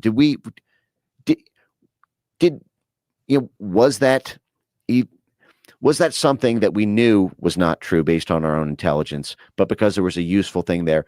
And, a lot of people have the same thoughts about issues around 9/11 and any number of crisis events. And I suppose I have my own thoughts on it. They're not fully settled. And because they are beyond the evidence I currently have, I stay in the zone of, this is what they did to create it. This is what they did to cover it up. Here are the stars in the sky. Draw your own constellation from there. That's a good way to put it. Okay. Thoughts? It sucks having to dance around the truth. Mm-hmm. So, first time ever hearing Liha or Miha, let it happen or make it happen. Let's see, who was it? Steph said it's actually both ways. Night made it happen, and they let it. They let it happen. They made it happen. I think that there's too much evidence there at this point in time. Not that we have piles of evidence in hand, but I know that there's plenty of evidence, and we've talked about it on previous shows about the information that we have received. That's why we got silenced so many times. But this is, and I don't know. How many accounts have we lost on the tube? Oh yeah, I don't. Yeah, 8. more than a few. Yeah. So Hold on before I continue on. Silver says it's all about starting and continuing wars. It is their family business. See, I can agree with that. That's what she was trying They to let say. it happen and they made it happen. Yeah, there we go. Yeah, thank you, Steph. I was picking up on that. Anyways, this is biological warfare. And I'm surprised that people aren't saying that at this point in time, especially when so many people are talking about the acts that they made were against the people of the United States, that they put a biological weapon in everybody's arm, and they released one that was created in Wuhan, China. Which was suppressed information that, again, more illegal, not allowing people. This goes into the Nuremberg trials. People have to know if they're being used as a medical experimentation process. They did not do this. They violated so many human rights. Yes. That it needs to be stated what it is, especially considering that so many of these people are connected with known eugenicists. I'm going to say it was a war against mankind. And they used every dirty trick that they could. At some point in time in the future, we might be able to have an open conversation about the war crimes that were committed against everybody on this planet. But until then, we need to make sure that people understand that how is it not biological warfare against the people of the United States with the evidence that's already out? They lied about the effectiveness of the jab. Yes. We understand that it's a gene editing program, basically, that they put into people's bodies. Are still getting boosters. Yeah, I know people are still, because they're still buying into it, and it's sad, but it's a long process. Yeah. But they need to be brought to account, and it needs to be crimes against humanity. Yeah. And if you ever wondered why they're going to continue to fight, how many state AGs are forming? What'd you say? Was it 16? 16. I think 16 different states attorney general. Nevada's one of them. Nevada's one of them. Yeah, Nevada's one of them. Anyways, they are going to do everything they can to make sure that Trump cannot continue. That's why it's imperative that we do our part as the citizens, because citizens stand up for themselves. Yes. Subjects wait for a royal of some type to come in and save the day. Right. Are you a citizen or are you a subject? Exactly. Answer that question for yourself. Also, look at the actions that you've been taking. Are you a citizen or are you a subject? Yeah. Liberty says, and it was all pre-planned. Yes, it was. It was created in Ukraine. Yeah, the little town called China in Ukraine. That one still has yet to come out, but I'm looking forward to that day. Then transported to China and Sweden, then the USA. Yes, and keep in mind what I understand is that the biological weapon was created in Wuhan, but the manufacture of it was over in the Ukraine. Yeah. Hope says the best thing we can do is pray Father opens people's eyes and ears to the truth. Well, that's one of the main, that's our main thing, and ask what we can do to help it come to fruition. Yeah. Steph says, I actually think it needs to hurry up and come out. It's gotta be a stepped process. There's gonna be some time. It's not gonna be years and years. But it's gonna be a little bit of time before things really start happening. Yeah. Mama Spark says, unfortunately, I live in Ground Zero, Oakland. Oh, Lord have mercy. These folks are delusional. Stockholm Syndrome, still getting their boosters. Yeah. And hold on, you got something else. Same here in San Diego. Yeah. Okay, so I wanted to share this. And this is, I think, what we're looking for. And that is by the way, Delta, February 14th, 2019. So what, 6 years now? Yeah. Oh, God, 6 years. 6 years. Think about that. Y'all are getting older. Anyways. So Q Post 2724, A Traitor's Justice, Phase 3, Panic in DC, rats everywhere. For those who decide to save the taxpayers some money, there is no escaping God. People are going to change their mind. They're going to try to, get in on the Trump train. But in the end, they still have to answer to God. Yeah, they do. Hopefully they'll figure it out. They can Yeah. still be saved. Mhm. They can still be saved. And we would welcome them with open arms. That's what we're supposed to do. So we pray for them. Mhm. So that way they can come to God. Yes. That way that day that they have to answer, they will have a much better shot. Yeah. Anyways, Anne says, I'm pretty sure this shit was done throughout our existence. The power hungry learned how to make us conform without knowing we were. As far as I'm concerned, everything is a psyop until further notice. We should always question absolutely everything. Can't go on cruise control ever again. And she says, I'm pretty sure this was done throughout our existence. Yes. They were called the Nephilim. And there was a whole flood. And then he came back, or, still like caused problems here on this earth. He's called Satan. It's his job. He is the adversary. Mm-hmm. It's whether or not we choose to listen to the adversary. Yeah. So we need to help others harden themselves against the attacks of the adversary. Yep. You ready? Best we can do. Mm-hmm. Can you read that, please? Shock. Health expert Gary Brecka on if folic acid causes postpartum depression. Let's listen. Interesting. I know. When you realize that these are just nutrient deficiencies, and so women, for example, that become pregnant and take high doses of this folic acid, they all of a sudden they can't process the folic acid. So they're taking the folic acid because their doctor tells them to take it to prevent a neural tube defect. So like a good mother, they take it.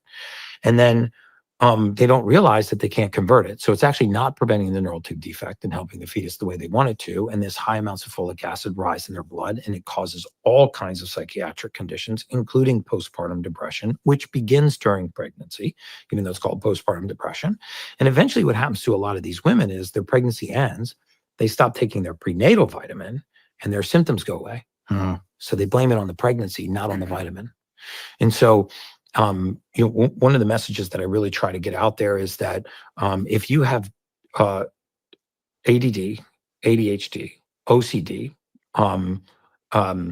focus and concentration problems, or your kids have behavioral issues, or they have issues with focus, concentration, completing assignments, paying attention, not being disruptive in class, for 1 week, get the folic acid out of their diet. Get them on a kid's multivitamin that has methylfolate. Just do this for 1 week. And you tell me if you don't have a completely different child in the house. The reason for this is 44% of the population, including children, have this gene mutation where they can't process folic acid. Well, where do we find folic acid? Well, in the United States, which is what's really screwed up about our chemical and food industry. In the United States, by law, all white flour, white rice, bread, pasta, cereals, grains of any kind are sprayed with the chemical folic acid. It's not called sprayed with folic acid. It's called fortified or enriched. So when you spin a box of crackers around, or you see flour or breads or pastas or cereals or grains, and it says enriched bleached white flour, fortified whole wheat, fortified or enriched grains, fortified cereal, enriched cereal, that means it's been sprayed with folic acid, which 44% of the population can't process. You take a little child that has this gene mutation, which 44% of them do, and what do we feed them in the morning for breakfast? White bagels, full of folic acid, cereal, full of folic acid, Pop-Tarts, full of folic acid, any of these things. And you dump 1,800% of the daily allowance of folic acid into that little body. It's a full contact sport to get that kid in the car to go to school in the morning. And when they get to school, the call comes home and it says, hey, little Johnny can't pay attention. He's disruptive. He doesn't follow instructions. He doesn't complete assignments. We need to bring in the Ritalin to solve this. And that's where the hamster wheel starts. If you just got the folic acid, the synthetic compound that does not occur naturally in nature, and gave them methylfolate as a supplement, and just got the fortified or enriched foods out of their diet for a week, you'd very often have a completely different in the house. Thoughts? What was the that group out there in San Diego that tried to hitch a ride with the comet?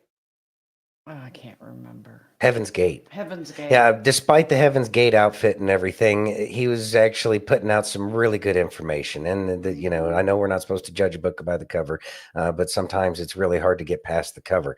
But the information that he was putting out there was really, really good. I've never heard this about folic acid, so I really don't know how to take all of it. But the man certainly was speaking with confidence as if he knew what he was talking about.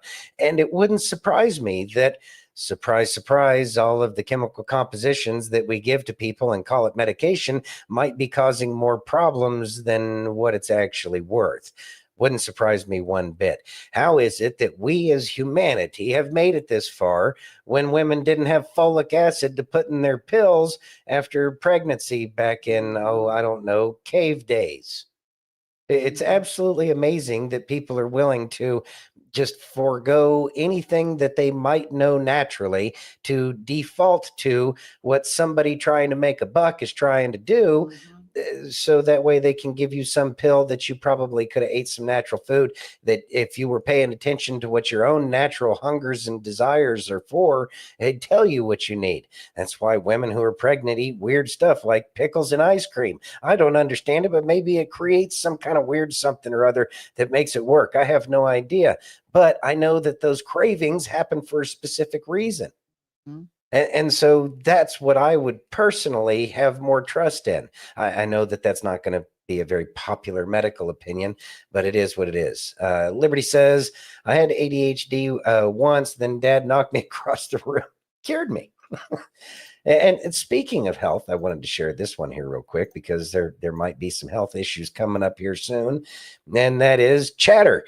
Bill and Hillary's public health will begin to rapidly deteriorate. And You should see a picture of Bill. oh, now. Bill He looks like he's had a horrible. lobotomy. Yeah. And this is a Delta from 2019 as well. Yeah. So health is going to become much more of an issue for so many reasons. And I have a feeling that those who have been perpetrating these crimes against humanity are going to try to figure out how they can find an exit, especially if they don't want to make the permanent choice. And I know that weekend is set in queue somewhere. Not looking forward to that day because I think it's awful, because that means that people don't recognize that at least forgiveness could be had. It does not mean that you'll get to play along and enjoy all that society has to offer, because so many people won't be able to forget. But it does mean that, you know, maybe you could, you know, kind of ride the coattails like you expected us to ride your coattails and be happy about it. It would be a very humbling and spiritually enlightening and growthful kind of experience. Yes, I just made up the word growthful. Yes. Get over it. You ready? Yes. Can you read that, please? Doctors asked, what kind of training did you get on vaccines? Let's listen. Oh, geez. So when you first started out to be a doctor, what kind of training did you get on vaccines? Honestly, I don't remember very much conversation at all. We were just taught that they help prevent disease. We were told on our rotations that vaccines were safe and effective. Here's a schedule. We are not taught what's in those vaccines. We are just taught what the schedule is like. Safe and effective, and they've saved millions of lives. We learned the schedule. We did not learn what was in them. It's amazing, but they didn't teach us very much. Here's the schedule. These are the saviors of mankind. They're safe, and you need to make sure everybody's vaccinated. In the field of vaccines, everything is great. Everything is safe and effective. Everything has been determined. There is no need to go back and look at it again. Just like everybody else, I have to go to the insert and look what's in it. I don't know what they put in vaccines. And so I kind of thought that they were saline water and like bits of viruses in it, you know, super safe. The whole argument of your doctor has done all this research. Well, if they've done it on their own, maybe. Yeah. Well, since there was no discussion of there being anything bad about vaccines, and unless you spend some time on your own, you know, investigating, you have the presumption that vaccines are good and that everyone should get them, and that you should make sure that every child coming into your office is getting them on schedule, or they're going to have some horrible illness. If doctors don't know about vaccines because they've had no training, then who are you going to trust? You have to trust the parents. You have to listen to the parents.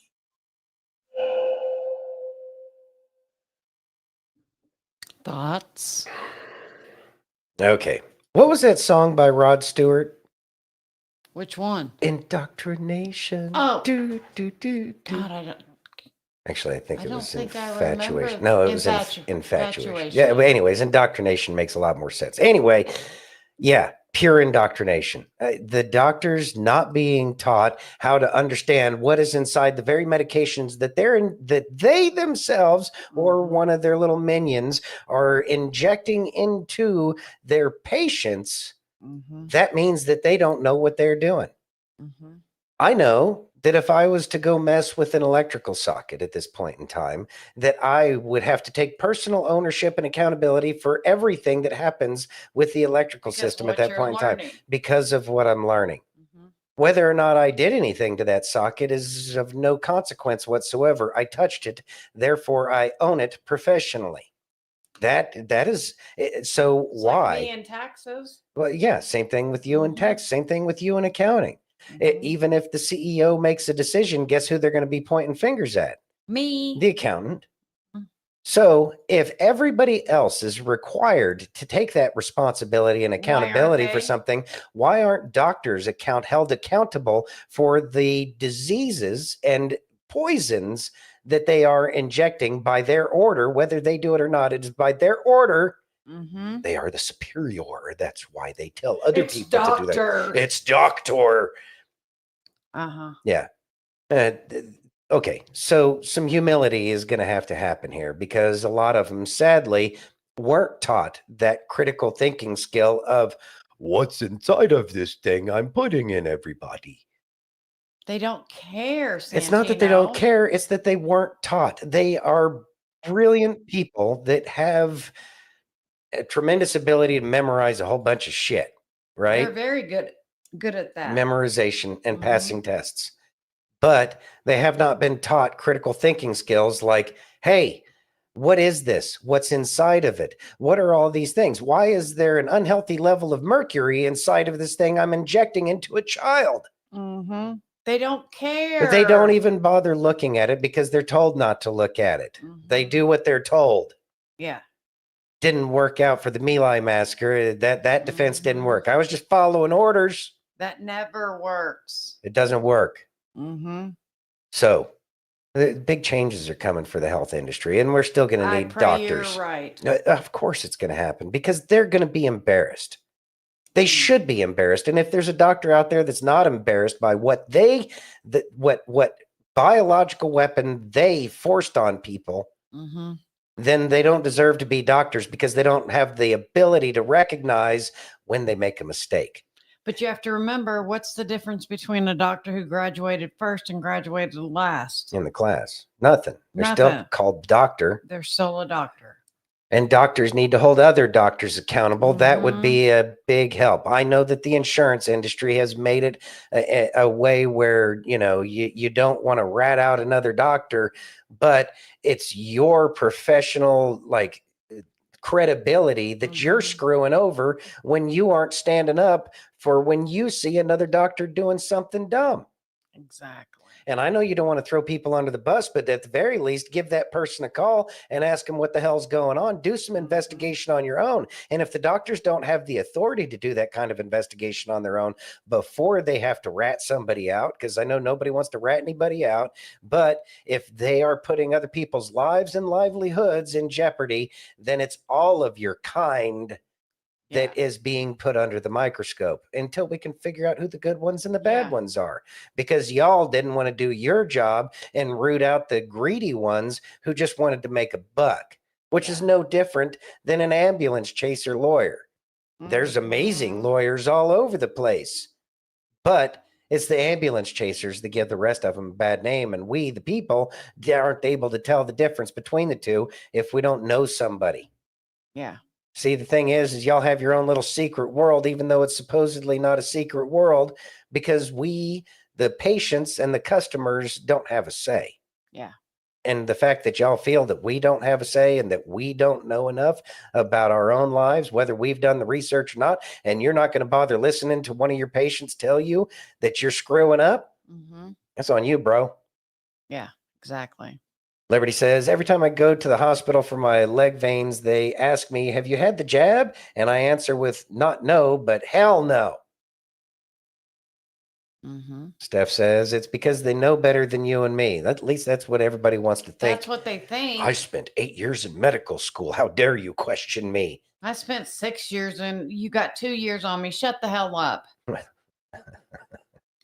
Shut the hell up. I mean, no, it wasn't medical school, but at the same time, it's my life. It's my life. There you go. I'll try not to sing. Are you ready? Because I know. Yeah. How about some Craig? All right. Your worth is not tied to what other people say about you. Your worth is not tied to what culture, the fake images that are bombarded on you over and over again say about you. Your worth was settled on the cross when Jesus gave his life for you. He didn't die for something ugly or something worthless. He died for his masterpiece, and that is exactly who you are. You are the masterpiece of God. Your value is not in how you look, but in who you belong to. Thoughts? Kind of goes along the lines of other people's opinion. You doesn't matter. It's. I got a theme going, sir. I'm noticing the theme. I picked up on that. Good. It's like the brain's working today, sort I of. know. It's amazing, isn't it? Yeah, it is. Anyway, look, your journey is not with other people. And I'm married to Kay, and our journey is about as closely tied as a journey can be tied to each other. But at the same time, I still have my own work to do on myself. We both have our own paths to take. Exactly. So don't, and that's our spouse. Yeah, we're going to listen to him. We're going to try to do everything we can. But at the same time, we have to follow our path. And so when other people get upset, especially if you're not married or they're not your significant other, whatever the case is, right? Then it's about what you're supposed to be learning out of that situation. Not that you're supposed to take everything they say as gospel. Is it Matthew, Mark, Luke, or John? Well, then maybe you shouldn't put so much weight in it. Yeah, listen to what they say, because those who dislike us are the ones that are most likely to tell us the truth. Think about it this way. We have been telling the swamp donkeys out there the truth this whole time, and they didn't like it. No. We've been talking about all these things about Fauci and all these other things, and people didn't like it. But it didn't mean it wasn't the truth. It didn't mean, and we may not have said it in a nice way to so many people, and that's okay. Because we're here to grow, and maybe we learned a better way to make people actually want to listen to the things that we have to say, which is something that they need to learn at that point in time. But recognize, one, when somebody's upset with you, that it's usually a projection of themselves. That's why it irritates them so much, because you're showing something that they haven't worked through on their own. Right. And the other thing is, yeah, maybe it's something I still have a little bit of work to do, but nowhere near as much as they do. Right. And it's okay to think like that. Probably don't want to tell them that, because, then you get real snowflakey attitude out of them. Yes, very much so. You ready? Yeah. Can you read that, please? President Donald Trump says, I have decided for purposes of fairness that I will charge a reciprocal tariff. Let's listen. Been talking about mirror tariffs forever. I know. Let's listen. Yes.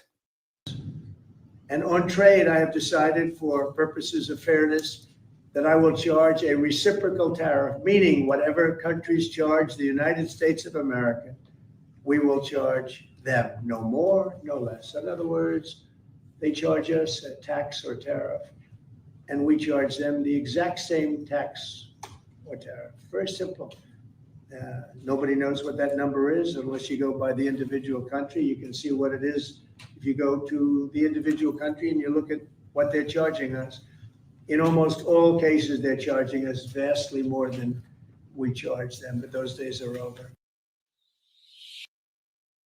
Thoughts? I can't even remember his name. He was an actor, and he was running for president. It was before Fred Thompson. Fred Thompson. And that was one of the main reasons why I loved Fred Thompson back in the day. Yes. Is because he talked about a mirror tariff. If you want to show us a 25% tariff on whatever, we're going to show you a 25% tariff. It's a 1% tariff. We can show you a 1% tariff. You know, and that goes, it shouldn't matter. It shouldn't matter whether or not we are an ally with that country, because that country, the only thing a mirror tariff is showing them exactly what they're doing to us. So if Japan wants to put a 200% tariff on Levi's jeans, well, then we'll put a 200% tariff on what you got coming this way. It's only fair. You're the ones who do it. If you don't like it, well, then take your tariff down and magically ours will drop too. Exactly. It's clean, it's simple, it's easily understood by not only people here in the United States, but people in the nation that's getting the tariff placed against them. Oh, well, I guess maybe it'll highlight to the other nation where they're screwing up. And maybe their populace will say, but I don't want to pay this much money if I don't have to. Right. That's how a mirror tariff works, or a reciprocal tariff. Yeah, tit for tat. Exactly. You started this one. Did you have something to say? Oh. Yeah. Swamp donkeys. Swamp donkeys. You ready? Yeah. Can you read that, please? Yes. Top Democrat in Arizona Senate openly admits the left wants illegal aliens voting in American elections. You ready? Well, they can go vote in the Mexican elections, which is still in America. I know. Let's listen. All right. Please correct me if this is incorrect. You want non-citizens to be counted in terms of determining the representation for elected officials here at the Capitol, and you know, by extension, I assume the U.S. Capitol as well. Is that incorrect? Mr. Chair, I mean, it is absolutely correct. Let the record reflect then that you just said it was correct that you want non-citizens to be counted I for think that is, representation. Mr. Chair, that is in fact the current interpretation of that clause in the Constitution that talks about counting the people in the United States. That is the I gotta job say, of the U.S. Census. I do appreciate an honest Democrat, because you're saying the quiet part out loud. And Mr. To Chair, that point, yeah.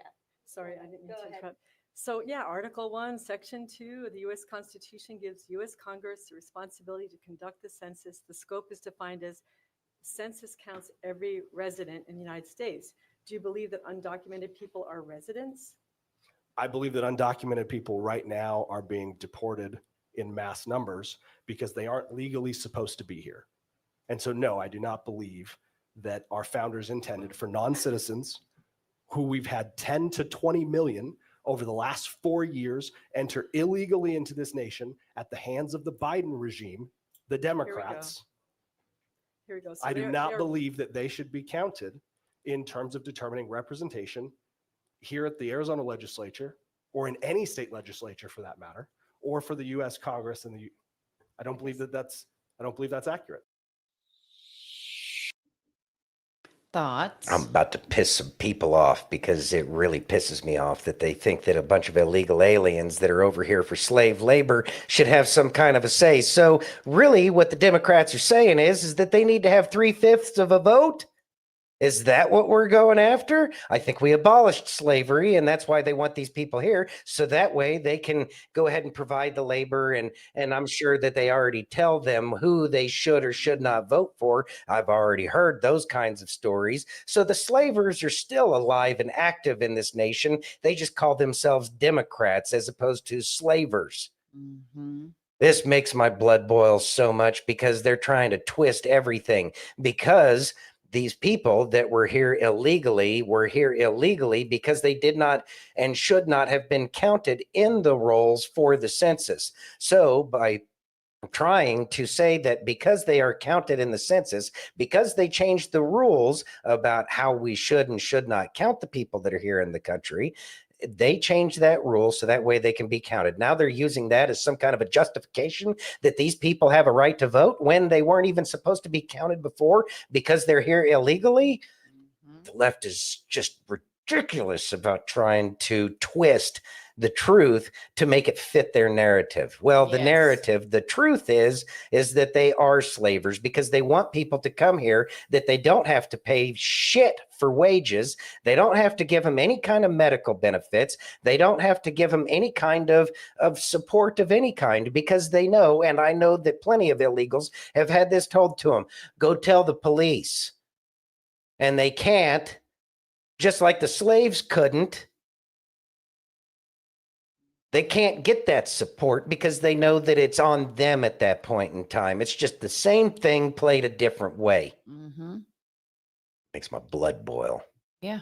And people buy this shit and they don't understand. Yeah. They don't understand, and the equivalency. They just love all these people. No, they want to use these people. They treat them like slaves, modern slaves. And no, there may not be whipping and all the evil shit that happened back in the 1860s. Wouldn't surprise me. I'm sure that there are some because we know about the hunting parties. Yeah. And I'm sure that that was a big part of it back then too. Actually, I know it was a big part of it back then. Mm-hmm. People need to know the truth. They want slaves. These people are slaves because they can't go to the law and say, these people are abusing me. Mm-hmm. It's bullshit. Are you ready? Yeah. We better have some Jesus stuff. Not yet. Oh, God. Can Okay. you read that, please? Clay Travis stuns the audience on why young men are voting right. Democrats for men are pussies. Let's listen. So what is it that we're missing about, or what is it that people who are not, as Magdalene said, people who don't understand why? That's my first question. I have a second one, but go ahead. Okay, so what I would start with is men aspire to be bigger, stronger, and faster than we are, almost universally. That's why superheroes are popular. That's why pro athletes are popular. Who is the most masculine Democrat right now in America? Mayor Pete. Is that a gay joke? No, Mayor Pete. No, well, no, it's just that he's not particularly masculine. Nobody's like, oh, Mayor Pete, he's a badass. Chuck Schumer. Is anybody like, hey, Chuck Schumer holding up an avocado and a beer to talk about the Super Bowl? Is anybody like that trying to grill? Is anybody like, hey, that's a dude I want to hang out with? But Trump's like a grandpa. Well, hold on. Yeah. Trump took a bullet in his ear and immediately stood up and said, fight, fight, fight. Every man in America and most of the women out here were impressed by that, even if the women won't admit it. She's shaking her head strong. And second part of this, basically summing it up, Democrats for men are pussies and Republicans Democrats for men are pussies. There are no masculine men in the Democrat Party right now.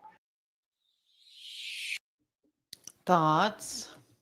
I can't think of a single movie where emasculated men was as popular as the movie Gladiator or 300. Right. Even Star Wars, forget about how woke Mark Hamill is and all of those weird ass Hollywood types that were in it. Mm-hmm. The symbolism and the story behind it was being a damn man and going to fight for what matters. In the end, the Republic over the Empire. Anyway, so yes, young men want to be real men. That's why people are drawn to the story of Leonidas and the 300 Spartans who stood against an army of 200,000 people. Did quite good, I might add, because they acted like men. That's why the gyms are filled with men and young men who are trying to be stronger, more powerful men. That was the thing that was important about the Olympics, because it's about achieving something greater. Not being able to beat the shit out of a woman in a boxing match in the Olympics because you couldn't handle it in your own sex. Yeah, because you were too weak to do it, against men in the sport that are trained in your sport. You suck. That's why you got to go play women's lacrosse, whatever the hell it is you do. Can't even swim with the men. Got to swim against the girls. And, oh, look how great I am. Whatever. No. Men want to be men. Men want to be able to be what they are naturally designed to be. And men need to work off aggression, unlike the way women need to work off aggression. Exactly. It's done way differently. different. Enjoy your dinner, Silver. And thank you Enjoy so your dinner. much for that wonderful comment. Did you see what she said? Best live chat on the internet. Thank That's you. amazing. That's awesome. All of Yes. y'all make that happen. Yes. Steph says, David in the Bible was a man, even though he was a small, he wasn't puny. He was a small guy from what they say, because he stood up to a giant with one stone and took him down. Don't forget about the other 4 that he had with him for Goliath's 4 brothers, because he knew that if he took out Goliath, that his 4 brothers might come along, and he only needed 1 for each of them, because he had faith in God, and he knew that he could be a man, even though he was so young and just a shepherd. He wasn't a warrior, yet he was. Yet he was. These are the things that young men need to know about, because they need to recognize, despite your size, that you can accomplish anything. And there's some great Marines out there. Let's see, I'm trying to think. I think it was Smedley Butler. He was only like 5'4", yet he took on anybody and everybody. And he said himself, it's not about the size of the dog in the fight. It's about the size of the fight in the dog. Mm-hmm. And that's what our young men need to understand and know is it doesn't matter whether you're up against a giant or if you are the giant, that anything can happen, and that you have to show up and put your 100% into everything. These are the things that we have forgotten about being Americans as well, because we were too busy worrying about Pete Booty Juice. Mm-hmm. Have a good evening, Angie. Oh, no. And we love you. Yeah, we love y'all. You ready? Yes. We're getting close anyways. Yes. Yeah. Yeah, we're almost done. Okay. Let's listen. All right. Question is, how are you waiting? Most of us wait like this. Oh my God. I'm waiting on you, Lord. Do it again. They keep singing it. Do it. But I don't think it's like, how are you waiting? I really think it's, how are you waiting? At your service, God. What do you want me to do? You want me to give that? You want me to go pick them up? You want me to keep serving them? Because at that moment, it's a heart check. And he says, can I mark you, but then send you into a place that doesn't look like where you're going to be? Many times our expectation and our experience don't match. God, how I'm supposed to be a CEO and philanthropist, and I'm supposed to pay for people's stuff, but I'm sitting here looking at all this debt, and God said, I'm the miracle worker. I need your obedience. Thoughts? It's amazing. I love him. I love him. He Michael Todd is amazing. Yeah, he helps out so much. Mhm. And that's what it's about. Is everybody wants to be the CEO, and really the reason why everybody wants to be the CEO is because they want to be seen as the savior. But that's the very problem that got us to where we're at now, is everybody trying to be the person on top as opposed to being the servant. And we are supposed to have that servant's heart, because more stuff gets changed by the people at the bottom who are serving everybody, because they're the ones that are actually paying attention, as opposed to the people on top who are only worried about themselves and who got a bigger yacht this week. And I have to have the biggest yacht, so I better start building another one. Mm-hmm. See, we need to be the servants. Yep. Jesus didn't come here to lord over everybody, even though he could have easily lorded over everyone. Mm-hmm. That is the example that is set, is that of a servant. And it may be difficult sometimes, but it's that very service to others that has the biggest change to the world around us. So let us be out there being the servants, so that way we can stop having all these weird conversations about what a man is and whether or not a man is allowed to be a man. Exactly. Wild. You ready? Yeah. Let's listen. Yes, ma'am. Congratulations, Mike. Glad you made What it about home. your testimony? The one you won't tell, the one you won't share. All the foolishness you keep posting on social media when time is running out. All the people you keep coming around and your mouth is always quiet. What about when you were saved? Talk about that. What about every time he delivered you from something? Talk about that. What about every time he made a way out of no way? Talk about that. What about everything he's teaching you in the scriptures? Talk about that. What about what you're feeling in your church that you claim you love? Talk about that. What about what you learned in the message you heard this Sunday? Talk about that. You know how many people are around you without hope? They don't believe in the God that you serve. They think Jesus is a clown and a joke because we make him that way. But all of us who are saved, all of us who have felt the grace and the power of God intersect your life at different points, why are we not talking about these things? You know how many people need hope and they will find it in your testimony? I was far away from God and he rescued me in a bathroom. I had no idea what I was going to do with my life. He put me on the paths of righteousness and purpose. I was and he did. I was and he did. I was and he did. I was and he did. Hallelujah. Your testimony, you have to share it. And that's a difficult thing to communicate to others is that we all need to share our testimony. And Kay had a chat with one of our daughters because she was talking about one of our other daughters who is like, all these things that are on Facebook, and Kay had to inform, the first one, it's like, who puts on there, damn it, the dog shit on the carpet again? Who out of all the times that y'all have been on social media, when's the last time, let alone the first time or all of the times that you've seen somebody talk about how bad things that real life happens?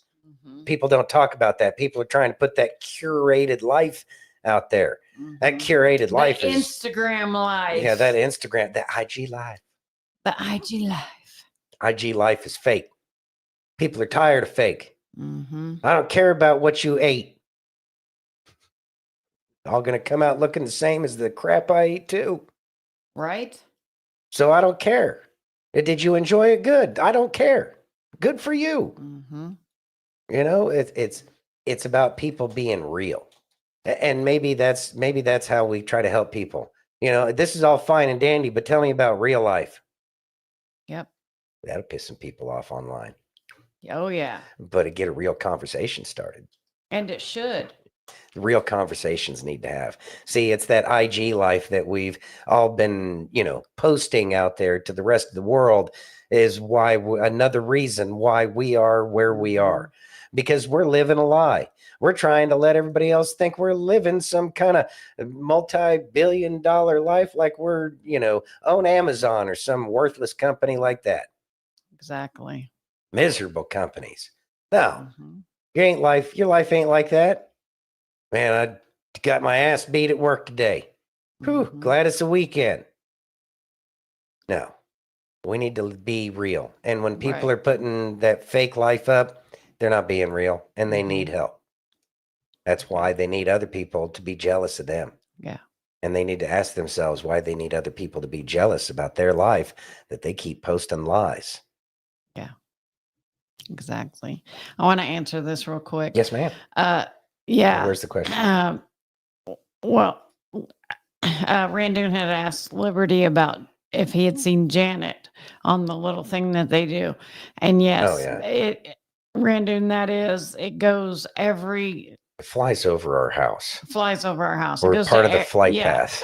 The people who work in Area 51 go there and they fly to Area 51 and then they fly home. There's not much to know about it other than Janet is actually an acronym for just another non-existent transport. Yes. And that may not be official, but it sure seems to be out there enough, and knowing the military and their love for acronyms, yeah, that's probably what it really is. Yeah, exactly. You ready? And just look up Janet flights and Wikipedia page will pop up. It's nothing like super secret. Yeah. My job kicking my butt there you go, Mike. Keeping it real. Keeping it real. You ready? Yes, ma'am. Okay, let's listen. All right. Time waits for no man. It's the currency of your existence. Each second spent is a choice. Each moment, a brick in the fortress of your life. Marcus Aurelius said, "When you arise in the morning, think of what a privilege it is to be alive, to think, to love, to act. Don't squander the gift. Every sunrise whispers, begin again. Every heartbeat echoes, keep going. Time doesn't ask for permission. It demands purpose. It's not slipping through your fingers. It's flowing into your legacy. The hours you waste today are the dreams you'll bury tomorrow. The moments you seize today are the victories you'll celebrate forever. So stand up, move forward. Let every second remind you, the clock isn't ticking against you, it's ticking for you. Ask yourself, what will you create, conquer, or become before the final chime? What will you become? What will you become? Wake up every morning full of thanksgiving and gratefulness. You're here because there's still so much to do. So remember, you guys know where most of the great ideals are? They're in the cemetery because people didn't have the courage to follow through with their dreams. Don't take your dreams to the grave. Put them out there. With thanksgiving and gratitude, anything is possible. Seasoning? Not a whole lot of seasoning. Y'all know I love Marcus Aurelius and his book Meditations. There's so much great information there. Just one of the greatest philosophers in humankind, right? As far as I'm concerned. And it is all about recognizing the present.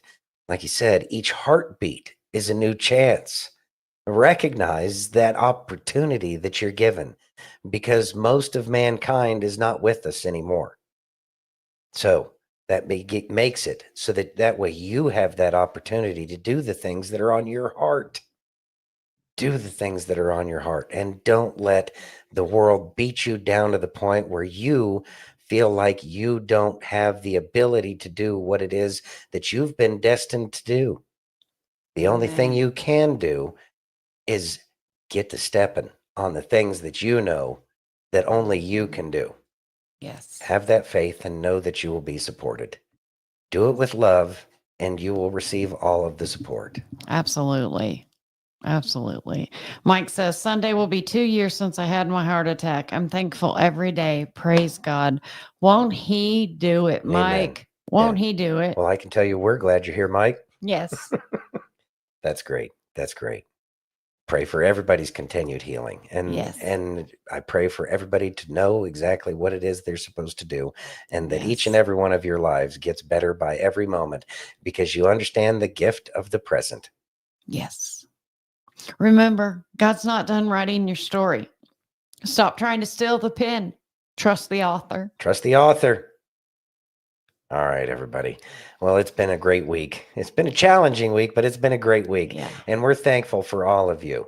And we look forward to seeing y'all again on Monday. We are here Monday through Friday, 7 p.m. Eastern, 4 p.m. Pacific. And we will see you on one of the channels that we broadcast on, be it Facebook, YouTube, Twitch, X, Rumble, and pill.net. And if you haven't already, please take a minute and give us that virtual hug. If you're over on Rumble or YouTube, hit that thumbs up. If you're over on pill.net, take that red pill. If you're over on X, smash that heart. And if you're on Facebook, you're our family, our wonderful family that we love so much. And we know you love to push buttons. So go over there and clickety-click away. Everybody loves pushing buttons. Make sure y'all push those buttons. Everybody like, subscribe, and share. We do truly appreciate it. And we look forward to seeing y'all on Monday. We love you all. Have a great weekend. Be safe, and God bless each and every one of you.